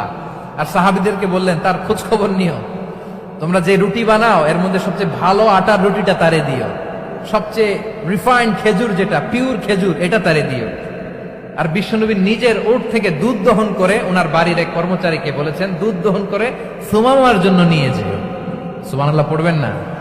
সবাই তো অবাক, ইয়ামামা থেকে আসছে নবীকে হত্যা করতে, বিশ্বনবী দেখে তারে জামাই আদর করে, তাকে মজার মজার খাবার দিও, দুধ দিও, আদর আপ্যায়ন করো। 1 দিন নয়, 2 দিন নয়, টানা 3 দিন বিশ্বনবী এভাবে সুমামার কাছে যেয়ে ইসলামকে প্রেজেন্ট করতে আরম্ভ করলেন, ইসলামকে উপস্থাপন করতে শুরু করলেন। আর তাকে চমৎকার এন্টারটেইনমেন্ট, আপ্যায়ন দিতে আরম্ভ করলেন। টানা 3 দিন যখন ইসলামের দ্য বিউটিজ অফ ইসলাম, ইসলামের সুমহান বাণী, সৌন্দর্য তার কাছে উপস্থাপন শেষ, তাকে আপ্যায়ন শেষ, বিশ্বনবী বললেন সাহাবাদেরকে, যাও এবার সুমামার হাতের পায়ের রশি দুটো খুলে দাও। সাহাবারা বললেন, ইয়া রাসূলুল্লাহ, কি বলেন আপনি? ও তো হত্যাকারী, সুযোগ পায় নাই, আপনারে মারতে পারে নাই, ছেড়ে দিলে আবার ও আপনার উপর তলোয়ার নিয়ে ঝাঁপিয়ে পড়বে। নবী, এই সিদ্ধান্ত আপনি নিতে যাবেন না। বিশ্বনবী বললেন, যেটা বলেছি সেটা করো, সুমামার রশিগুলো ছেড়ে দাও, সুমামার হাতে পায়ের রশিগুলো যে তোমরা খুলে দাও। সাহাবারা তর্ক জুড়ে দিলেন, লা ইয়া রাসূলুল্লাহ, এমনটা করবেন না, তো ভয়ঙ্কর, ভয়ঙ্কর খুনি, কি জানি কি হয়ে যায়। বিশ্বনবী বললেন, না, তার হাতে পায়ের রশিগুলো খুলে দাও। সাহাবারা বিশ্বনবীর কথা মতো তার হাতে পায়ের রশিগুলো খুলে দিল। সুমামা মুহূর্তের মধ্যে মসজিদে নববী থেকে বের হয়ে ইয়ামামায় ফিরে না যে মসজিদে নববীর পাশে একটা খেজুর বাগান ছিল, সেখানে চলে গেলেন। সেখানে একটা ছোট্ট কুয়া ছিল, কুয়ার পানি দিয়ে তিনি গোসল করলেন। সুবহানাল্লাহ পড়েন। কুয়ার পানি দিয়ে গোসল করে মসজিদে নববীর সামনে এসে বিশ্বনবী এবং সাহাবাদের সামনে দাঁড়িয়ে সাব্বাবা উঁচু করে বললেন, আশহাদু আল্লা ইলাহা ইল্লাল্লাহ ওয়া আশহাদু আন্না মুহাম্মাদান আবদুহু ওয়া রাসূলুহু। আল্লাহু আকবার। আমি সাক্ষ্য দিচ্ছি আল্লাহ ছাড়া কোনো ইলাহ নাই, আর মুহাম্মদ আল্লাহ তাআলার প্রেরিত বান্দা এবং রাসূল। প্রিয় ভাইয়েরা, ইহসান দিয়ে যা জয় করা যায়, কঠোরতা দিয়ে সেটা কঠিনকালেও জয় করা যায় না। আওয়াজ করে বলেন ঠিক কি না? এবার সুমামা দাঁড়িয়ে বলে, ওগো নবী, আমি তো কালিমা পড়ে মুসলমান হয়ে গেলাম, এবার শোনেন, এই মুহূর্তের আগে আপনার চেহারার চাইতে নিকৃষ্ট কোনো চেহারা আমার কাছে ছিল না, কিন্তু শাহাদা পাঠ করার পরে আপনার চেহারার চাইতে উত্তম শ্রেষ্ঠ কোনো চেহারা আমার কাছে আর নাই। ও নবী, আজকের দিনের আগে ইসলাম ধর্মের চেয়ে নিকৃষ্ট অপছন্দনীয় কোনো ধর্ম আমার কাছে ছিল না, কিন্তু এই মুহূর্ত থেকে ইসলামের চেয়ে সেরা শ্রেষ্ঠ পছন্দনীয় কোনো ধর্ম আমার কাছে নাই। নবী গো, আজকের দিনের আগে মদিনার চাইতে অপছন্দনীয় নিকৃষ্ট কোনো শহর আমার কাছে ছিল না, কিন্তু এই মুহূর্তের পর থেকে মদিনার চাইতে কোনো শ্রেষ্ঠ শহর আমার জানা নাই। সে ছিল গমের বড় ডিলার, গম বেচত। কি বেচত? তার গম কিনে মক্কার লোকেরা রুটি খাইতো। সে ঘোষণা দিল, আজকে থেকে মক্কাবাসীদের জন্য সব গম আমি হারাম করে দিলাম, মক্কাবাসী এখন না খেয়ে মরে। সুবহানাল্লাহ পড়বেন না? মক্কাবাসী বিশ্বনবীর কাছে আসলেন, এসে বললেন, মুহাম্মদ, আমরা তো তোমার ভাই, তোমার চাচা, তোমার ভাতিজা, তোমার আত্মীয়, তুমি সুমামারে বলো সে যেন আবার গমের সাপ্লাই মক্কার জন্য অনুমতি দিয়ে দেয়। বিশ্বনবীর অনুমতি ক্রমে সুমামা আবার মক্কাতে গম পাঠাতে শুরু করলো। পড়েন সুবহানাল্লাহ। ইহসান, ইহসান দিয়ে আপনি যেটা জয় করতে পারবেন, you can win the heart of your enemies. ইহসান দিয়ে আপনি আপনার শত্রুর হৃদয়কে জয় করতে পারবেন। আওয়াজ করে বলেন ঠিক কিনা?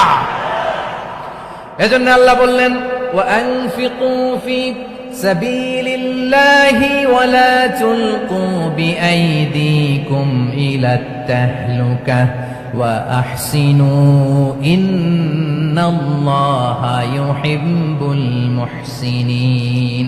তোমরা আল্লাহর রাস্তায় দান করবে আর নিজেরা নিজেদেরকে ধ্বংসের হাতে ঠেলে দিও না। তোমরা একে অপরের প্রতি ইহসান করবে, কারণ ইহসানকারীদেরকে আল্লাহ বড্ড ভালোবাসেন। সুবহানাল্লাহ পড়েন।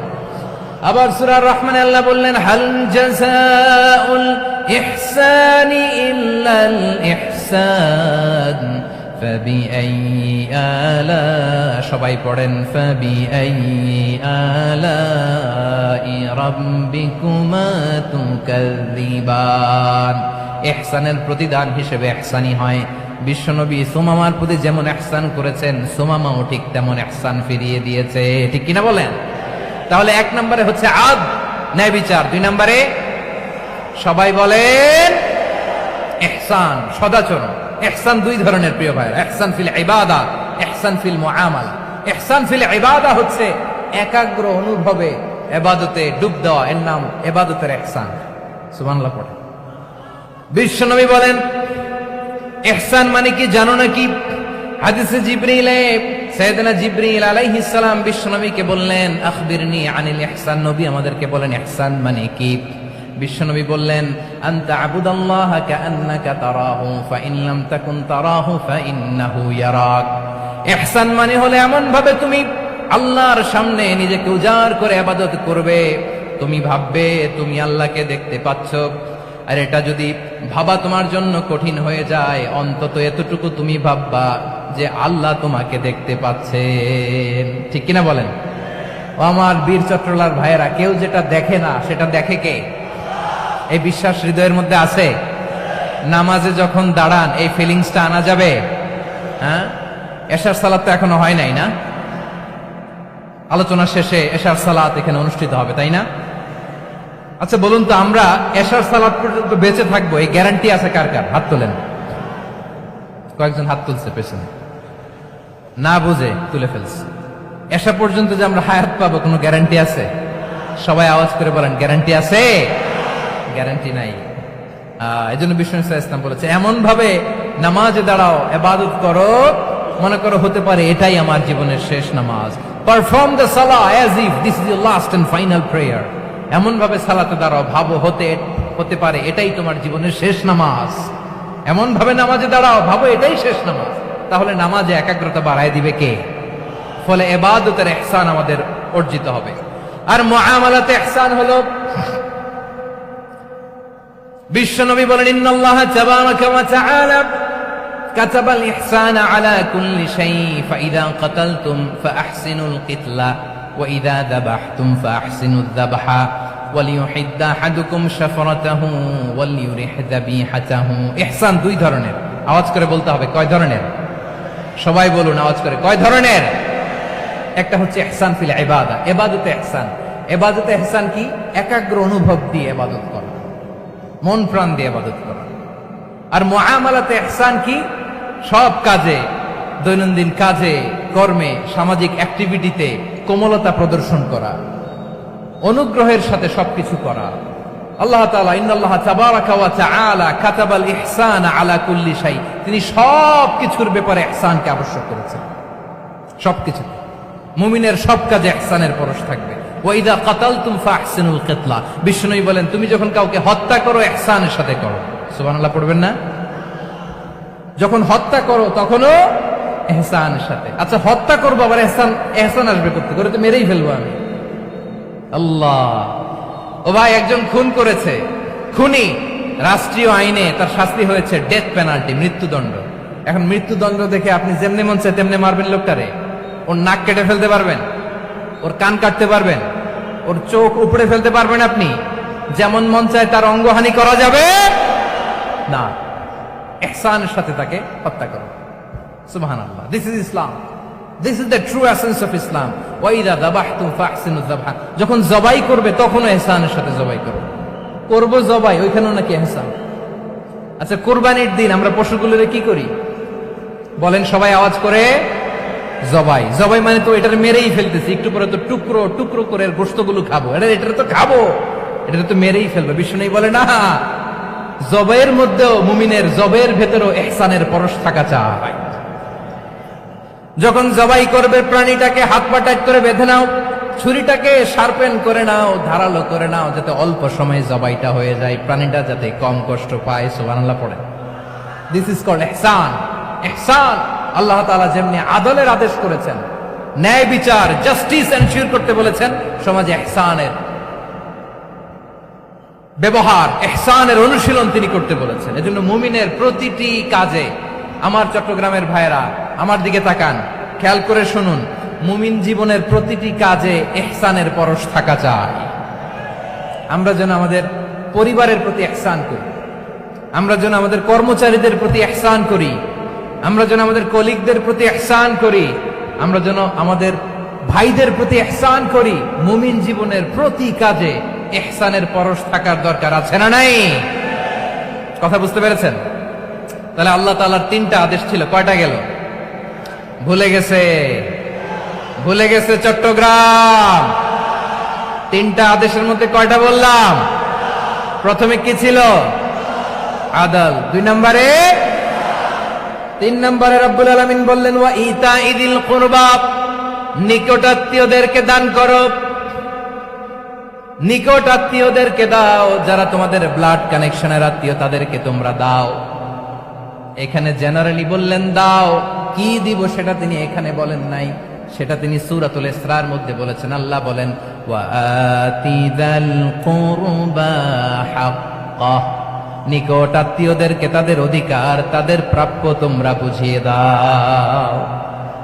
দেখেন, একটা শান্তির সমাজ, একটা সমৃদ্ধ সমাজ, একটা মানবিক সমাজ গঠনের জন্য আল্লাহ তাআলা বেশি না, মাত্র 3টা অর্ডার, 3টা ভার্ডিক্ট তিনি জারি করেছেন। 1 নাম্বার সুশাসন, ন্যায় বিচার। 2 নাম্বার ইহসান। 3 নাম্বার নিকটাত্মীয়, যারা কাছের, তোমার ভেরি ক্লোজ রিলেশনশিপে আছে, তাদেরকে দাও। দাও, দিলে বাড়িয়ে দেয় কে? অনেকে দিতে চায় না, কৃপণতা করে। দিলে বাড়ায় দেয় কে? ও মিয়া, মদিনার মধ্যে সবচাইতে গরিব সাহাবী ছিল বেলাল রাদিয়াল্লাহু তাআলা আনহু। ওনার এন্টায়ার অ্যাসেট, সম্পদের পরিমাণ কতদূর জানেন? একটা লুঙ্গি। বেলাল রাদিয়াল্লাহু তাআলা আনহু, ওনার টোটাল ওয়েলথের এস্টিমেশন হচ্ছে মাত্র একটা লুঙ্গি। একটা লুঙ্গি, টোটাল ওয়েলথ এস্টিমেশন, টোটাল সম্পদের পরিমাণ বেলাল রাদিয়াল্লাহু তাআলা আনহুর কি ছিল? কথা বুঝে নাই বোধহয়, কি ছিল? ওই বেলাল রাদিয়াল্লাহু তাআলা আনহুকে বিষ্ণু ইসলাম বলেছেন আনফিক ইয়া বেলাল, ও বেলাল তুমিও দাও। ওয়ালা তাখশা মিন যিল আরশি ইখলালা, আরশের অধিপতির তো কোনো ঘাটতি নাই, তুমি দিলে ওই আল্লাহ তোমারে বাড়ায় দিবে। এজন্য আমার প্রিয় ভাইয়েরা, দিলে কমে না, দিলে বাড়ে। অনেকে ধরে রাখে, নতুন কিছু নিতে পারে না, হাত দিয়ে যেটা ধরে রেখেছেন এটা দিয়ে দেন, বড় একটা ধরার সুযোগ পাবেন। জোরে বলেন ঠিক কিনা? ধরেন 5 কেজি ওজনের একটা ধরে রাখছেন, এখন 10, এটা না ছাড়লে 10 কেজি ধরতে পারবেন আপনি? আচ্ছা, 10 কেজির জিনিস একটা আছে হাতে, ওইটা যদি ছেড়ে দেন তাহলেই না 15 কেজি ধরতে পারবেন। কথা বলেন ঠিক কিনা? তাহলে দিলে বাড়িয়ে দেয় কে? রব্বুল আলামিন বললেন 3 নাম্বার আদেশ হলো তোমাদের প্রতি সমাজটারে কেমন করে মানবিক সমাজ, সুন্দর সমাজ গড়বা। 3 নাম্বার আদেশ হলো ওয়া আতিদাল কুরবা হাক্কা, নিকটাত্মীয়দেরকে তাদের প্রাপ্য বুঝিয়ে দাও। এই নিকটাত্মীয়দেরকে তাদের অধিকার বুঝিয়ে দেওয়া, প্রাপ্য বুঝিয়ে দেওয়াতে আমাদের গাফলতি আছে না নাই? চট্টগ্রামে নাই? মাশাআল্লাহ আছে, আছে। অনেকে দেখবেন অনেক আল্লাহওয়ালা তাহাজ্জুদ গুজার, সেজদা দিতে দিতে কপালে কালো দাগ ফেলে দিছে, সে তার বোনের হকটা আদায় করে নাই, আছে না নাই? হ্যাঁ, এখানেও আছে। সর্বনাশ। অনেক বড় হাজী সাহেব, বিশাল লম্বা দাড়ি, ছেলেরে সব দিয়ে দিছে, মেয়েরে কিছু দেয় নাই, মেয়ের হক আদায় করে নাই, আছে না নাই? এই হাজী সাহেবেরা, এই আল্লাহ ওয়ালারা কিয়ামতের ময়দানে আটকে যাবে। আপনি অন্যের অধিকার নষ্ট করেছেন, তাদের রাইটস কে ভায়োলেট করেছেন। এজন্য আল্লাহ তাআলা বলেন, কারো অধিকার যদি কেউ নষ্ট করে, ওই সমাজটা মানবিক সমাজ কঠিনকালেও হতে পারে না। এজন্য 3 নম্বর আল্লাহ বললেন, ওয়া ইতা ইদিল কুরবা, নিকটাত্মীয়দেরকে দাও। কি দিবা? তাদের অধিকার দিয়ে দাও। বোনের অধিকার বুঝিয়ে দাও, মেয়ের অধিকার বুঝিয়ে দাও, ফুফুর অধিকার বুঝিয়ে দাও। দেখবেন অনেক মায়েরা ছেলের পাতে মুরগির রান দেয়, মেয়ের পাতে দেয় মুরগির ঠ্যাং। এরকম আছে না নাই? ছেলেরা কি দেয়? মুরগির। মেয়ের পাতে কি দেয়? তো মেয়ের কি মুরগির রান খেতে মনে চায় না? মনে চায় না? এমনটা করা যাবে না। নিকটাত্মীয়দেরকে অধিকার দিয়ে দাও, নিকটাত্মীয়ের সাথে সুসম্পর্ক রাখো। আদেশটা কার? এজন্য প্রিয় ভাইয়েরা, জীবনে যদি বারাকা অর্জন করতে চান, নিকটাত্মীয়দের সাথে সুসম্পর্ক রাখতে হবে, তাদের জন্য উপহার পাঠাতে হবে। বিশ্বনবী বলেন, লা ইয়াদখুলুল জান্নাতা কাতে, যে ব্যক্তি আত্মীয়তার সম্পর্ককে ছিন্ন করে দেয়, সে কঠিনকালেও আল্লাহর জান্নাতে ঢুকবে না। আপনি কি এটারে সহজ হাদিস মনে করছেন? এটা সহজ কথা? আপনি ভাবছেন আপনার নামাজ আপনার বাঁচাতে পারবে? আপনার রোজা বাঁচাতে পারবে? আপনার তাহাজ্জুদ আপনারে বাঁচাতে পারবে? অধিকার নষ্ট করলে কিছুই আপনারে বাঁচাতে পারবে না। এজন্য নিকট আত্মীয়দেরকে দিতে হবে বেশি বেশি। বিশ্বনবী বলেন, ইন্না সাদাকাতা আলাল মিসকিনি সাদাকা ওয়া আলা যির রাহিমি ইসনাতান সাদাকাতুন ওয়া সিলা। মিসকিনরে দান করলে শুধু দানের সওয়াব হয়, নিকট আত্মীয়কে দান করলে দুইটার সওয়াব হয়, সাদাকার সওয়াব হয়, আবার আত্মীয়তার বন্ধন অটুট রাখার সওয়াব হয়ে যায়। আবার বিশ্বনবী বললেন, মান সাররাহু আইয়ুবসাতা লাহু ফি রিজকিহি ওয়া ইউনসা লাহু ফি আসারিহি ফালইয়াসিল রাহিমা। যে ব্যক্তি তার রিজিকের প্রশস্ততা চায় আর হায়াতে বরকত চায়, সে যেন তার আত্মীয়ের সাথে সুসম্পর্ক রাখে। আমার প্রিয় চট্টলার ভাইয়েরা, আমাদের রিজিক বাড়ুক, এটা আমরা চাই কি চাই না? সবাই চান? হ্যাঁ, আমাদের রিজিকে প্রশস্ততা আসুক, চাই কি চাই না? আমাদের হায়াতে বরকত আসুক, আমরা চাই কি চাই না? এই দুইটা যদি চান, তাহলে নিকটাত্মীয়দের সাথে সুসম্পর্ক রাখবেন। পারবেন? তাহলে সমাজটারে মানবিক সমাজ বানায় দিবে কে? 3টা আদেশ চলে গেল। কয়টা? আওয়াজ করে বলেন। 1 নম্বরে কি ছিল? 2 নম্বরে, 3 নম্বরে নিকটাত্মীয়দেরকে দান। আপনাদেরকে আরো শোনার আগ্রহ আছে? আপনাদের মনোযোগ আছে না গেছে? কষ্ট হচ্ছে না? মাশাআল্লাহ, মাশাআল্লাহ। তাকবীর পড়ুন, লিল্লাহি তাকবীর।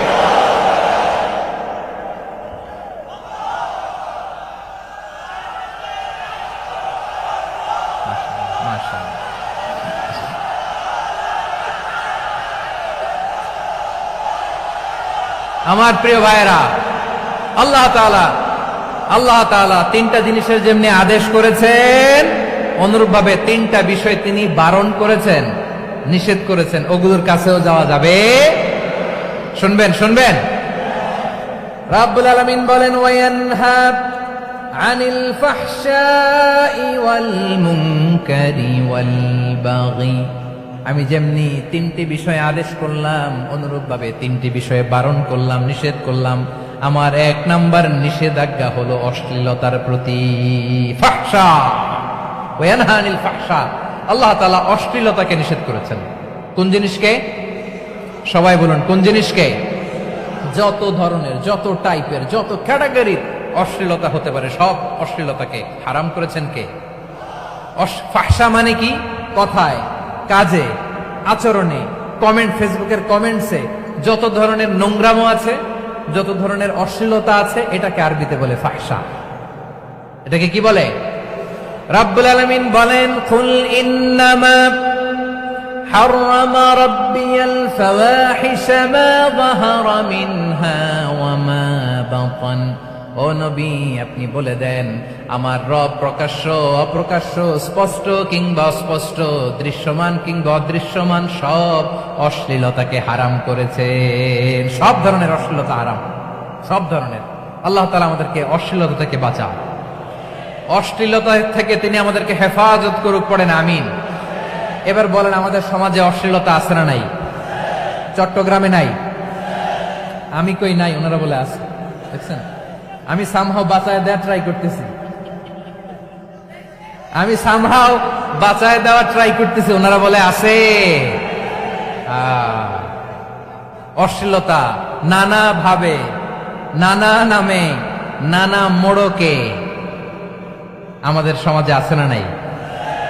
সংস্কৃতির নামে, ফ্যাশনের নামে, বিনোদনের নামে, উপন্যাসের নামে, কনসার্টের নামে অশ্লীলতা আছে না নাই? আপনি দেখেছেন কনসার্টগুলোর অবস্থা? এই যে আতিফ আসলাম যে আসছে আমাদের দেশে, তারপর কে কে আসছে, আমাদের তরুণ তরুণীরা, আমাদের যুবক যুবতীরা, আমাদের জেনজিরা, কি অবস্থা ওইখানে? হ্যাঁ, কি অবস্থা? কে বাঁচাবে ওদের? কে রক্ষা করবে ওদের ইমানের, ওদের চরিত্রের হেফাজতের গ্যারান্টি কে দিবে? কনসার্টের নামে অশ্লীলতা আছে না নাই? ছেলে মেয়ে একে অপরকে জড়ায় ধরতেছে, একে অপরকে চুমো খাচ্ছে, প্রকাশ্যে দিবালোকে গণমানুষের সামনে। আল্লাহ তাআলা এই অশ্লীলতা থেকে আমাদেরকে বেঁচে থাকতে বলেছেন, বেঁচে থাকতে বলেছেন। রূপালী জগতের নামে অশ্লীলতা আছে না নাই? এই টার্মটা আপনারা জানেন না? রূপালী জগৎ কি জগৎ? আসলে কি রূপালী জগৎ না অন্ধকার জগৎ? আমার বোনেরা, আপনাদেরকে যে কি বলে তারা বুঝায়, রূপালী জগৎ শুনেই আপনি ভরকে যাবেন না। রূপালী জগতে যে নারী যত বেশি উলঙ্গ, সে নাকি তত বেশি সাহসী। জানেন, বলে এটা একটা সাহসী নারী, খুব সাহসী পদক্ষেপ তার। যত বেশি শরীর থেকে কাপড় নামাতে পারবে, যত বেশি বস্ত্রহীন হয়ে নিজেকে প্রেজেন্ট করতে পারবে, সে নাকি তত বেশি সাহসী। আমার চট্টলার ভাইয়েরা, শয়তানের প্রথমে এজেন্ডা ছিল বনি আদমকে বস্ত্রহীন করা। সে আদম এবং হাওয়া আলাইহিস সালামকে নিষিদ্ধ গাছের ফল খাইয়ে তাদেরকে বস্ত্রহীন করেছে। এই জামিনেও সে আমাদেরকে বস্ত্রহীন করতে চাইবে। এই রূপালী জগতের নামে তারা এটা করে। আমার প্রিয় বোনেরা, আপনি জানেন না আপনার দাম কত। ওরা আপনাদেরকে বিজ্ঞাপনের সস্তা পণ্য বানাতে চায়। ওরা আপনাদেরকে ওদের ভোগের লিপসার টুলস বানাতে চায়। ওরা আপনাদেরকে দিয়ে ওদের খায়েশ পূরণ করতে চায়।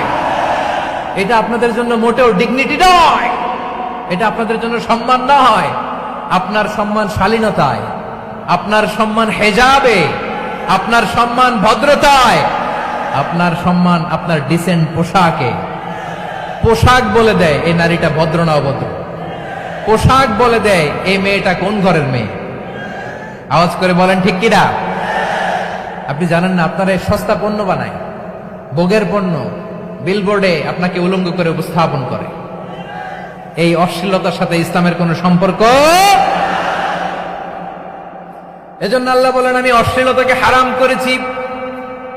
অশ্লীলতাকে হারাম করার প্রথম কারণ হলো এর মাধ্যমে মানবতাকে অপমানিত করা হয়। কারণ মানুষের সম্মান মানুষের পোশাকে। মানুষ যখন পোশাকহীন হয়ে যায়, বস্ত্রহীন হয়ে যায়, তার সম্মান কমে যায়, ঠিক কিনা? অশ্লীলতাকে হারাম করার প্রথম কারণ হচ্ছে মানুষ মানুষকে অপমান করে। একটা নারী, সে তো সম্মানিত। নারী যে কত সম্মানিত, নারীর এটা বুঝেই নাই। বিশ্বনবী বলেন, আর দুনিয়া কুল্লুহা মাতা ওয়া খায়রু মাতা'আদ দুনিয়া আল মারআতুস সালিহা। আমার বোনেরা, 5টা প্যান্ডেলে আপনারা এলইডিতে আমার আলোচনা শুনছেন, আমি জানি। আপনাদের এই গর্ভ যে কত দামি আপনি জানেন না। আপনার পেট থেকেই আসবে আগামী দিনের সালাহুদ্দিন আল আইয়ুবী। আপনার পেট থেকেই আসবে অনাগত দিনের ইমাম মাহদী আল মুনতাযর। আপনার পেট থেকেই আসবে অনাগত দিনের ফয়সাল, ওয়াসিম, মুগ্ধ, আবু সাইদের মতো বীর যোদ্ধা।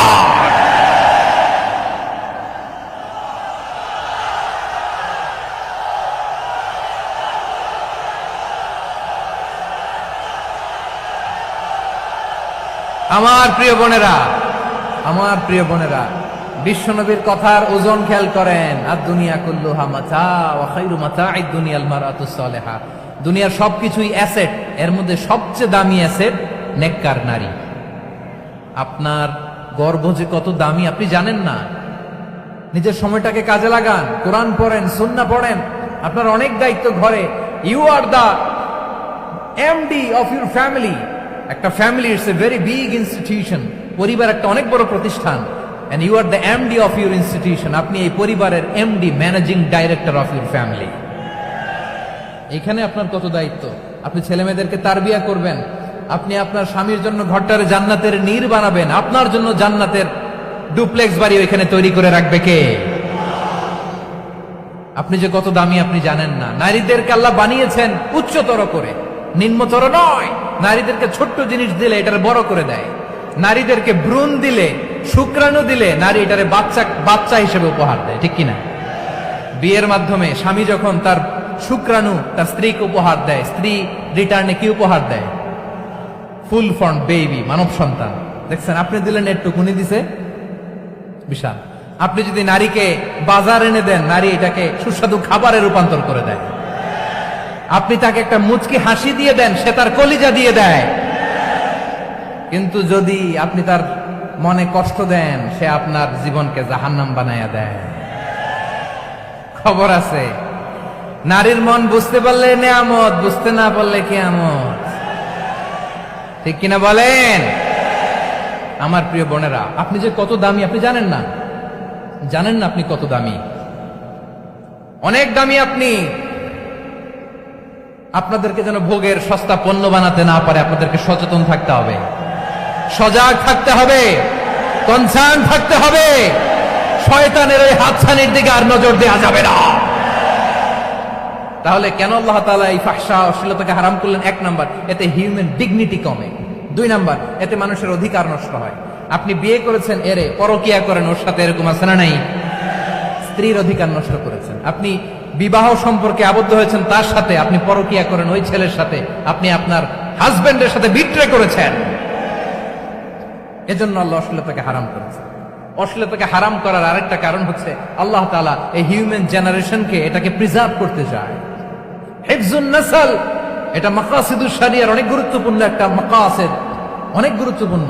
আপনার নাসল, আপনার জেনারেশনকে সংরক্ষণ করা। এই যে আসতেছে ফেব্রুয়ারি, কত ফেব্রুয়ারি জানো? এটা কি বিশ্ব ভালোবাসা দিবস? হ্যাঁ, কি দিবস?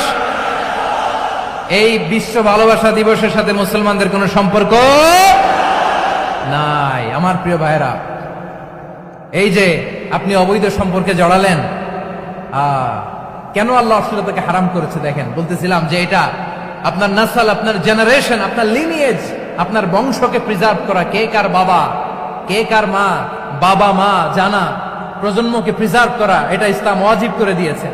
এই যে অবৈধ সম্পর্কের কারণে, বিশ্ব বেহায়া দিবসের কারণে, এগুলোর আউটকাম, আউটপুট হিসেবে মাঝে মাঝে ঢাকা মেডিকেলের ডাস্টবিনে নবজাতকের বাচ্চার কান্নার আওয়াজ শুনতে পাওয়া যায়। চট্টগ্রাম মেডিকেলের ডাস্টবিনে নবজাতকের কান্না শুনতে পাওয়া যায়। বীর চট্টলার মুসলমানেরা বুঝতে পারলে আওয়াজ করে বলেন, এই যে চট্টগ্রাম মেডিকেলে যে নবজাতকটা পাওয়া গেল, ওর বাবাকে আমাকে বলেন, ওর বাবাকে, ওর মাকে, ও কোন ফ্যামিলির সন্তান কেউ জানে? আপনি হিউম্যান ডিগনিটিকে অপমান করেছেন না? আপনি তার ভবিষ্যৎকে অন্ধকার করেছেন না? আপনি তার লিনিয়েজকে প্রশ্নবিদ্ধ করে দিয়েছেন না? এই জন্য আল্লাহ তাআলা অশ্লীলতাকে আমাদের জন্য হারাম করে দিয়েছেন। পড়েন সুবহানাল্লাহ। এই জন্য রাব্বুল আলামিন বলেন, কুল ইন্নামা হারামা রাব্বিয়াল ফাওয়াহিশা মা যাহারা মিনহা ওয়া মা বাতান। প্রকাশ্য অপ্রকাশ্য সব অশ্লীলতাকে হারাম ঘোষণা করে দিয়েছে কে? আবার দুনিয়ার বুকে যারা অশ্লীলতার প্রসার করে তাদের জন্য শাস্তি মজুদ রেখেছে কে? রব্বুল আলামিন বলেন, ইন্নাল্লাযীনা ইউহিব্বুনা আন তাশিআল ফাহিশাতু ফিল্লাযীনা আমানু লাহুম আযাবুন আলীমুন ফিদ দুনিয়া ওয়াল আখিরাতি ওয়াল্লাহু ইয়ালামু ওয়া আনতুম লা তা'লামুন। নিশ্চয়ই যারা বিশ্বাসীদের মাঝে অশ্লীলতার প্রচার প্রসার করতে চায় তাদের জন্য আমি মর্মন্তুদ শাস্তি প্রস্তুত করে রেখেছি, দুনিয়াতেও রেখেছি, আখিরাতেও রেখেছি। ঘোষণাটা কার? যারাই নাটকের নামে, সিনেমার নামে, রূপালী জগতের নামে, মুভির নামে, ওটিটি প্ল্যাটফর্মের নামে আমার সমাজে অশ্লীলতা ছড়াতে চায় তাদের জন্য কঠিন মর্মন্তুদ শাস্তি মজুদ রেখে দিয়েছে কে? ও আমার বোনেরা, এখনো আপনি জাগবেন না? এখনো আপনার চিন্তার দুয়ারে এখনো নাড়া পড়ে নাই? ওরা আপনাকে উলঙ্গ বানাতে চায়, ওরা আপনাকে আইটেম গার্ল বানাতে চায়। এজন্য ইসলাম অশ্লীলতাকে হারাম করেছে। হারাম। ইসলাম বলেছে যোজন যোজন দূরে থাকো, ওরা বলে না কাছে আসো, কাছে আসার গল্প, ক্লোজ আপ ওয়ান, কাছে আসার গল্প আছে না নাই? চট্টগ্রামে তো এগুলো নাই মাশাআল্লাহ। হ্যাঁ, এখানেও আছে ক্লোজ আপ ওয়ান, কাছে আসার গল্প। আল্লাহ বলেন ওয়ালা তাকরাবুজ জিনা, কাছেও এসো না, জিনা থেকে যোজন যোজন কিলো দূরে থাকো, ওরা বলে কাছে আসার গল্প। আমার বীর চট্টলার ভাইয়েরা, কাছে আসতে হলে আমরা কোরআনের কাছে আসব, কাছে আসতে হলে নবীর কাছে আসব, কাছে আসার গল্প হবে আমার রবের কাছে আসার গল্প। চিল্লায় বলো ঠিক কিনা?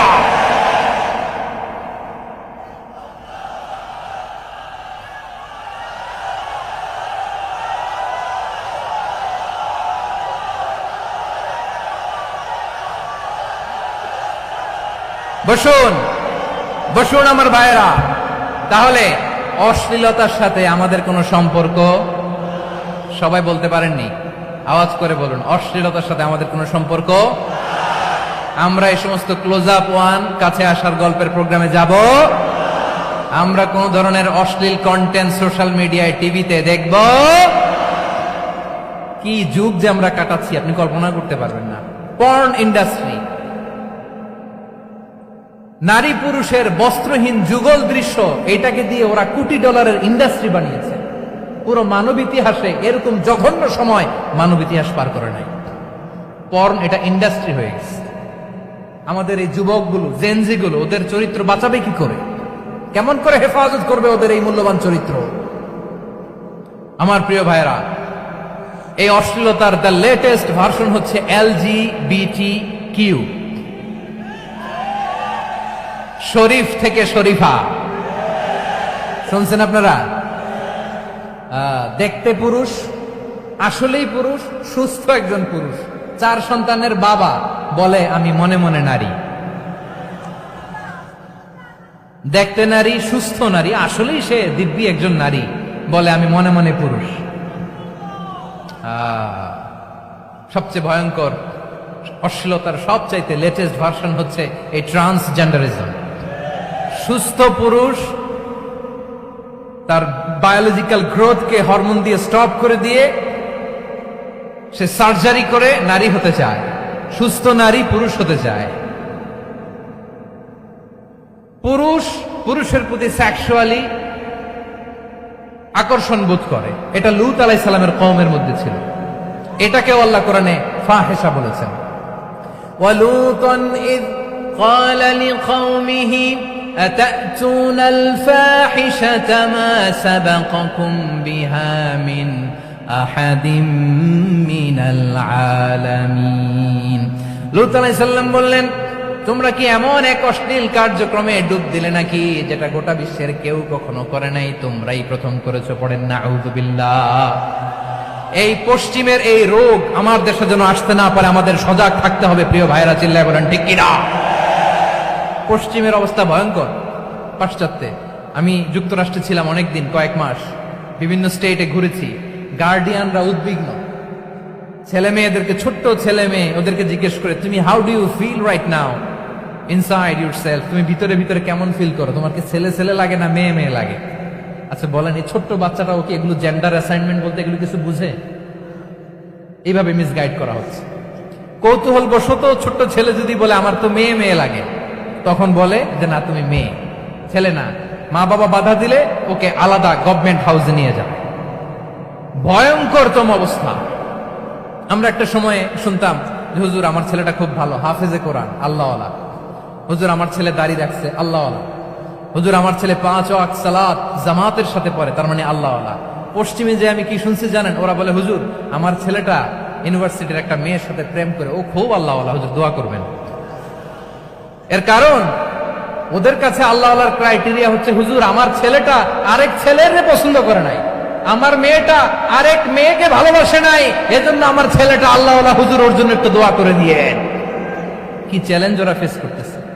ওনার ছেলে যে আরেক ছেলেরে বিয়ে করবে না, এটাতেই উনি খুশি যে আলহামদুলিল্লাহ আমার ছেলেটা একটা মেয়েরে ভালোবাসে, আমার মেয়েটা একটা ছেলেরে ভালোবাসে, মানে এটা খুব আল্লাহওয়ালা। নাউজুবিল্লাহ পড়তে পারলেন না?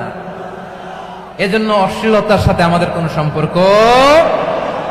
রাব্বুল আলামিন বলেন ওয়ায়ানহা আনিল ফাহশাই ওয়াল মুনকারি ওয়াল বাগি, তিনটা জিনিসকে আমি নিষিদ্ধ করলাম। এক নাম্বার হলো ফাহশা, অশ্লীলতা। 2 নম্বরে হলো মুনকার, সমস্ত মন্দ কাজ।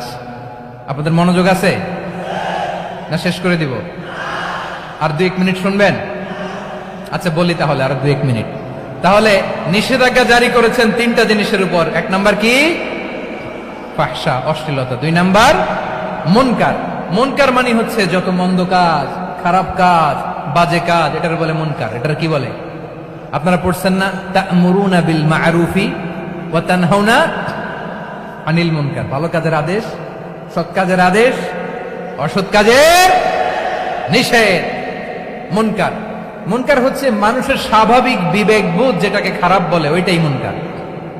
পৃথিবীর সব আসমানি গ্রন্থ যেটাকে খারাপ বলেছে, মানুষের স্বাভাবিক বিবেকবোধ যেটাকে খারাপ বলেছে, এগুলো সব মুনকার। যেমন ইফতিজিং, এটা কি ভালো না খারাপ? মজুদদারি, খাদ্যে ভেজাল দেওয়া, ওজনে কম দেওয়া, মাছে ফরমালিন মিশানো, চাঁদাবাজি, টেন্ডারবাজি, দখলবাজি, এগুলো আমাদের স্বাভাবিক বিবেকেই বলে এগুলো খারাপ, এগুলো হচ্ছে মুনকার। আল্লাহ তাআলা এই মুনকার থেকে আমাদেরকে বেঁচে থাকতে বলেন, আর শয়তান এই মুনকারের প্রতি আমাদেরকে উদ্বুদ্ধ করে। আল্লাহ তাআলা বললেন ইয়া আইয়ুহাল্লাযীনা আমানু লা তাত্তাবিউ খুতুওয়াতিশ শাইতান ফাইন ওয়া মান ইয়াত্তাবি' খুতুওয়াতিশ শাইতানি ফাইন্নাহু ইয়া'মুরু বিল ফাহশাই ওয়াল মুনকার। আল্লাহ বললেন আমার গোলামেরা শোনো শোনো, ও আমার বিশ্বাসী বান্দারা খবরদার, তোমরা কশিন কালেও শয়তানের পদাঙ্ক অনুসরণ করবে না, কারণ শয়তান তোমাদেরকে অশ্লীলতা এবং মন্দ কাজের দিকে উদ্বুদ্ধ করে। আমাদের কাজ হচ্ছে শয়তান আমাদেরকে যেদিকে নিতে চায় আমরা তার উল্টা দিকে যাব, ঠিক কিনা বলে? শয়তান এই মন্দ কাজকে আমাদের কাছে বিউটিফাই করে, চাকচিক্যময় করে আমাদের সামনে উপস্থাপন করে। এজন্য আল্লাহ বলেন মুনকারকে থামাতে হবে, মুনকার প্রতিরোধ করতে হবে। মুনকার প্রতিরোধের দায়িত্ব শুধু আমাদের নাকি? শুধু আপনার খতিব সাহেবের, ইমাম সাহেবের, নাকি মুসলিম উম্মার সবার? আওয়াজ করে বলুন, মুনকার অসৎ কাজ প্রতিরোধের দায়িত্ব কার? রাব্বুল আলামিন বলেন কুনতুম খায়রা উম্মাতিন উখরিজাত লিন-নাসি তা'মুরুনা বিল মা'রুফি ওয়া তানহাউনা আনিল মুনকার। তোমাদেরকে শ্রেষ্ঠ জাতি করে জমিনের মধ্যে আবির্ভূত করা হয়েছে, যাতে করে তোমরা জমিনের ভেতরে সৎ কাজের আদেশ করতে পারো আর অসৎ কাজের নিষেধ করতে পারো। উম্মাহ কুনতুম খায়রা, তাহলে গোটা উম্মার দায়িত্ব, এটা বুঝতে পারছেন তো? আচ্ছা, আরো নিচে আসেন। এরপরে আল্লাহ বললেন শুধু উম্মাহ না, এই জমিনের রাজত্ব আমি যাদের হাতে দেই, এই জমিনের মালিক আমি যাদেরকে বানিয়ে দেই, যাদেরকে আমি সরকারের দায়িত্ব দেই, তাদেরকেও মুনকার প্রতিরোধের দায়িত্ব দিয়েছে কে? আল্লাহ বলেন যারা ক্ষমতার মসনদে বসেছে তাদেরকে 4 দফা কর্মসূচি আমি আল্লাহ দিলাম। আওয়াজ করে বলেন কয় দফা? আল্লাহ বলেন আল্লাযীনা ইম্মাক্কান্নাহুম ফিল আরদি আকামুস সালাতা ওয়া আতাউয যাকাতা ওয়া আমারু বিল মা'রুফি ওয়া নাহাউ আনিল মুনকার ওয়ালিল্লাহি আকিবাতুল উমুর। যারা এই জমিনের উত্তরাধিকার হয়েছে তারা 4 দফা কর্মসূচি নিয়ে সামনে আগাবা। সালাত কায়েম করবা, যাকাত আদায় করবা, সৎ কাজের আদেশ দিবা, অসৎ কাজ থেকে মুনকার প্রতিরোধ করবা। আদেশটা কার? আমার প্রিয় চট্টলার ভাইরা, পুরো উম্মার দায়িত্ব মুনকার প্রতিরোধ করা, সরকার প্রধানের দায়িত্ব মুনকার প্রতিরোধ করা। এরপর আল্লাহ বলেন প্রতিটা ফ্যামিলির যিনি প্রধান সিইও বাবা, প্রত্যেক বাবারও দায়িত্ব এই মুনকার প্রতিরোধ করা। আওয়াজ করে বলেন ঠিক কিনা? যেমনটি সাইয়েদনা লুকমান আলাইহিস সালাম ওনার কলিজার টুকরা সন্তানকে আদেশ করেছেন, ইয়া বুনাইয়া আকিমিস সালাতা ওয়া'মুর বিল মা'রুফি ওয়ানহা আনিল মুনকার। পড়েন সুবহানাল্লাহ। বাবা ছেলেকে সবক দিচ্ছে। কে সবক দিচ্ছে? কাকে? লুকমান আলাইহিস সালাম ছেলেকে বলতেছে, ওরে আমার কলিজার টুকরা সন্তান, ওরে আমার বাছা, নামাজ কায়েম করবা, সৎ কাজের আদেশ দিবা, আর মুনকার প্রতিরোধ করবা, অসৎ কাজ, সমাজ থেকে খারাপ কাজকে ঝেঁটে বিদায় করে দিবা। তাহলে দেখেন আমি স্টেপ বাই স্টেপ নামলাম। পুরা উম্মার দায়িত্ব, জমিনের উত্তরাধিকারী আল্লাহ যাদেরকে বানিয়েছেন সরকার, তাদের দায়িত্ব, প্রতিটি ফ্যামিলির প্রধানের দায়িত্ব। এরপরে বিশ্বনবী বলেন সচেতন প্রতিটি মুসলিমের দায়িত্ব সমাজ থেকে মুনকারকে উৎখাত করা।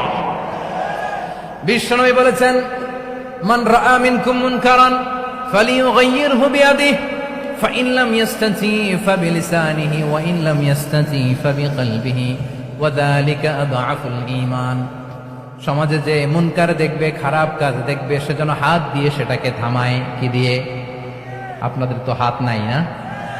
হাত আছে, হাত আছে। ওরা যেই হাত দিয়ে অন্যায় করে ওটা প্রতিরোধের জন্য আমাদেরও হাত আছে না নাই? থামাতে হবে, থামাতে হবে।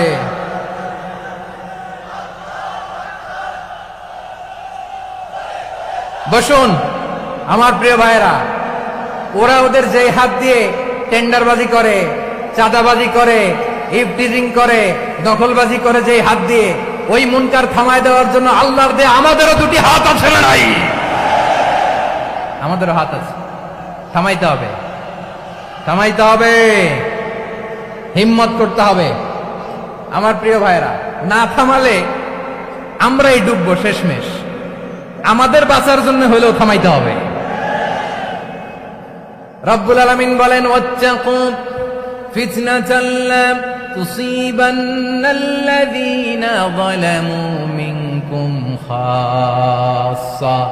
ও আমার গোলামেরা, ওই আযাবকে ভয় করো যে আযাব যখন আমি জমিনের বুকে পাঠাই শুধু জালেমদেরকেই মারি না, আলেমদেরকেও মারি।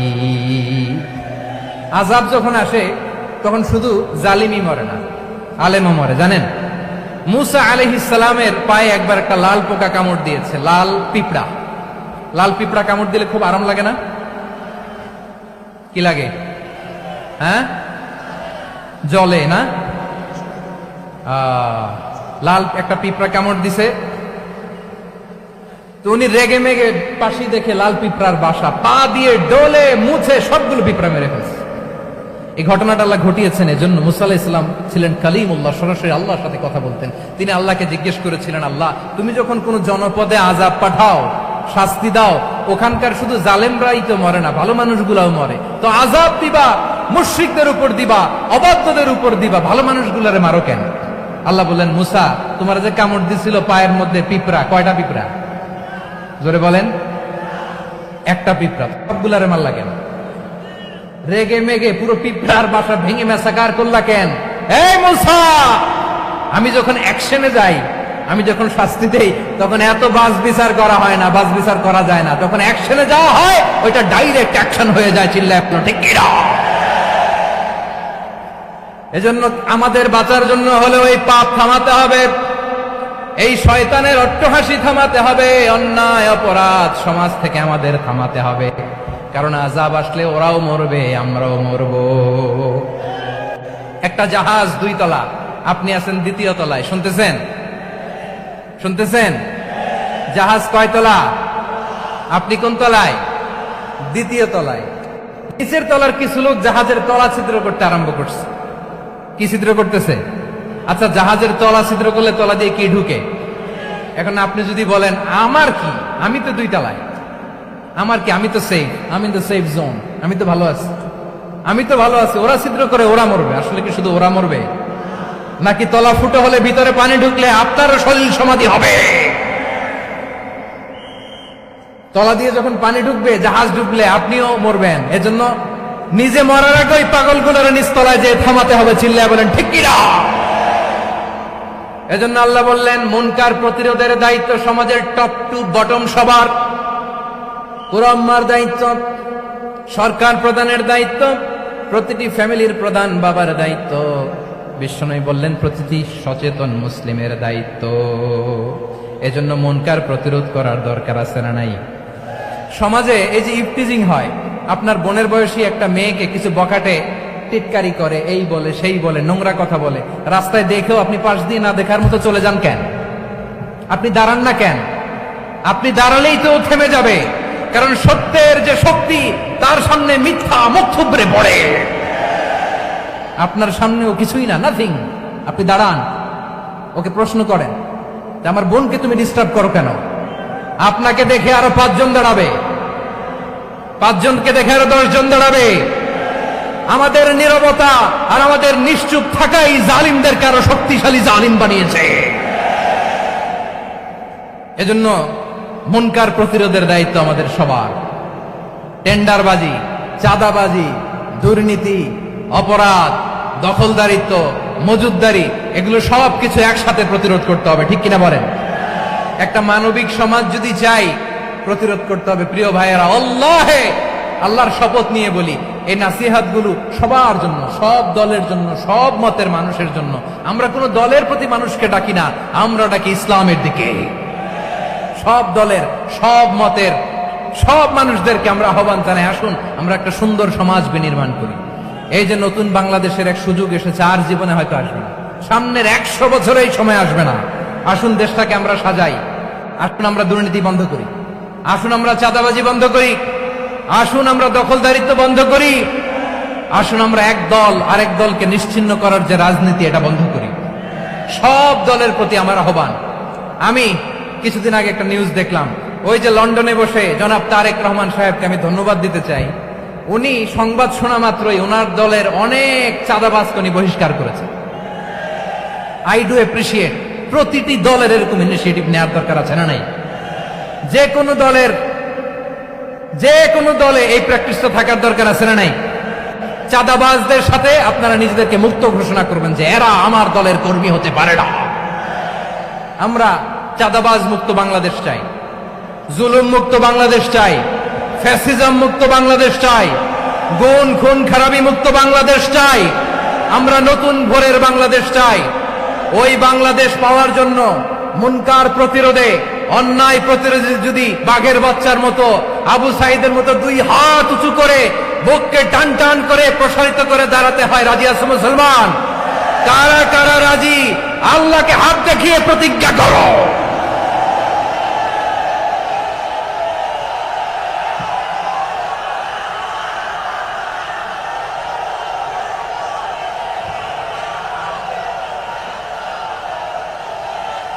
আমার প্রিয় ভাইয়েরা, বসুন বসুন আমার ভাইয়েরা। রাব্বুল আলামিন বলেন, ওয়ায়ানহা আনিল ফাহশাই ওয়াল মুনকারি ওয়াল বাগি ইয়াইদুকুম লাআল্লাকুম তাযাক্কারুন। বসুন। আল্লাহ বললেন, আমি অশ্লীলতাকে নিষেধ করি, আমি সব ধরনের মন্দ কাজকে নিষিদ্ধ করি, সব শেষে আমি সীমা লঙ্ঘনকে তোমাদের জন্য নিষিদ্ধ করি। আলোচনা মনে আছে তো? না ভুলে গেছেন? নিষিদ্ধ করেছেন কয়টা জিনিস? 1 নম্বরে অশ্লীলতা, 2 নম্বরে মুনকার তথা সব মন্দ কাজ, 3 নম্বরে আল বাগি, সীমা লঙ্ঘন, ক্রসিং দ্য লিমিট। সীমা লঙ্ঘন করা ভালো না। We all should know our limits. চিল্লায় বলেন ঠিক কিনা? একই আয়াতে আল্লাহ বললেন, কুল ইন্নামা হাররামা রাব্বিয়াল ফাওয়াহিশা মা যাহারা মিনহা ওয়া মা বাতানা ওয়াল ইসমা ওয়াল বাগিয়া বিগাইরিল হক। অন্যায় ভাবে যে অবাধ্য হয়, যে সীমা লঙ্ঘন করে, তাদেরকেও আমি এটা হারাম করে দিলাম। সীমা লঙ্ঘন করা হারাম, সীমা লঙ্ঘন করা হারাম।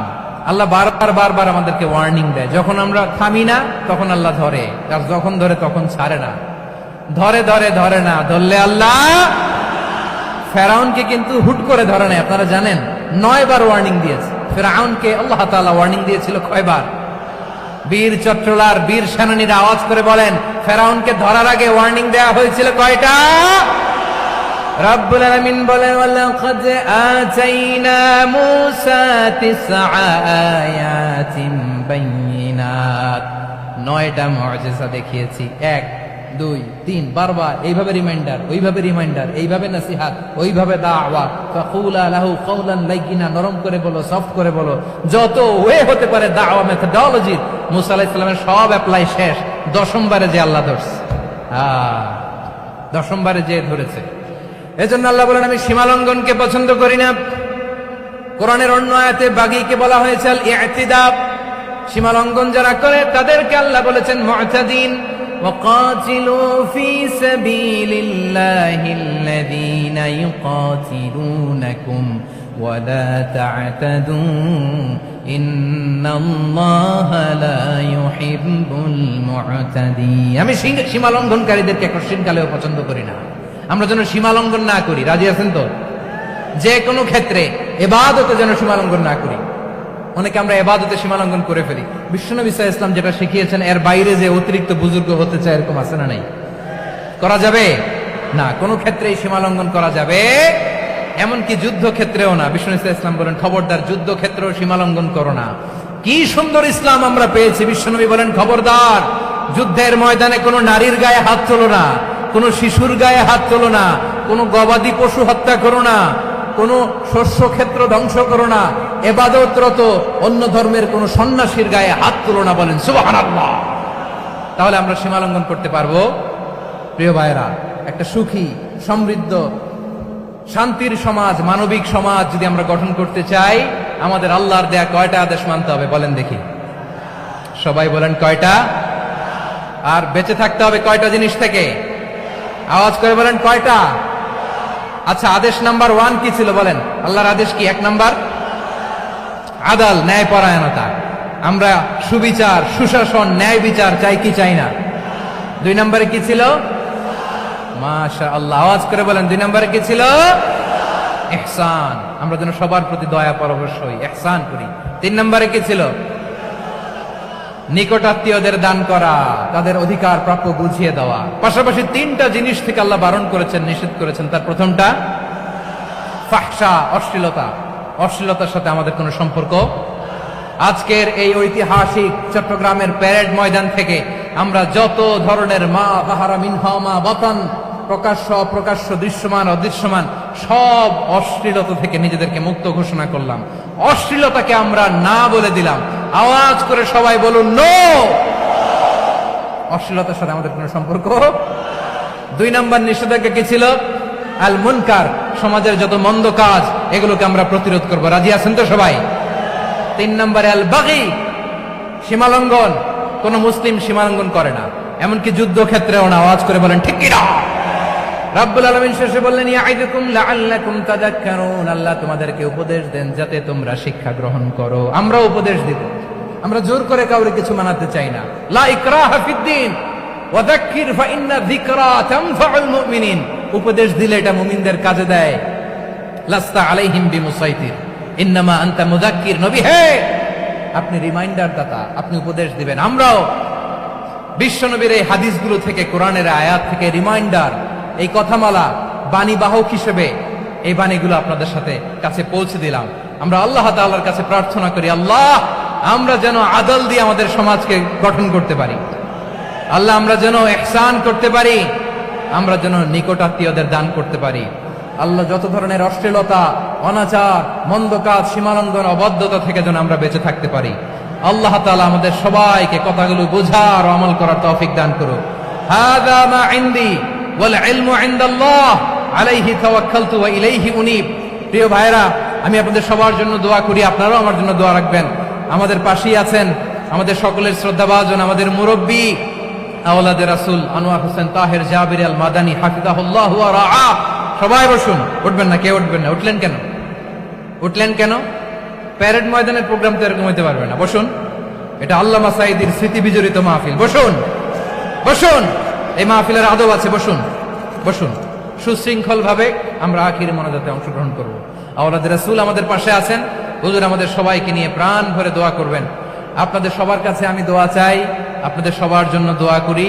আল্লাহ তাআলা আপনাদের সবাইকে ভালো রাখুন, সুস্থ রাখুন, নিরাপদে রাখুন। সুবহানাকাল্লাহুম্মা ওয়া বিহামদিকা আশহাদু আল্লা ইলাহা ইল্লা আনতা আস্তাগফিরুকা ওয়া আতুবু ইলাইক। আবারও হয়তো দেখা হয়ে যাবে অন্য কোনো তাফসীরুল কোরআনের ময়দানে। আসসালামু আলাইকুম ওয়া রাহমাতুল্লাহি তাআলা ওয়া বারাকাতুহু।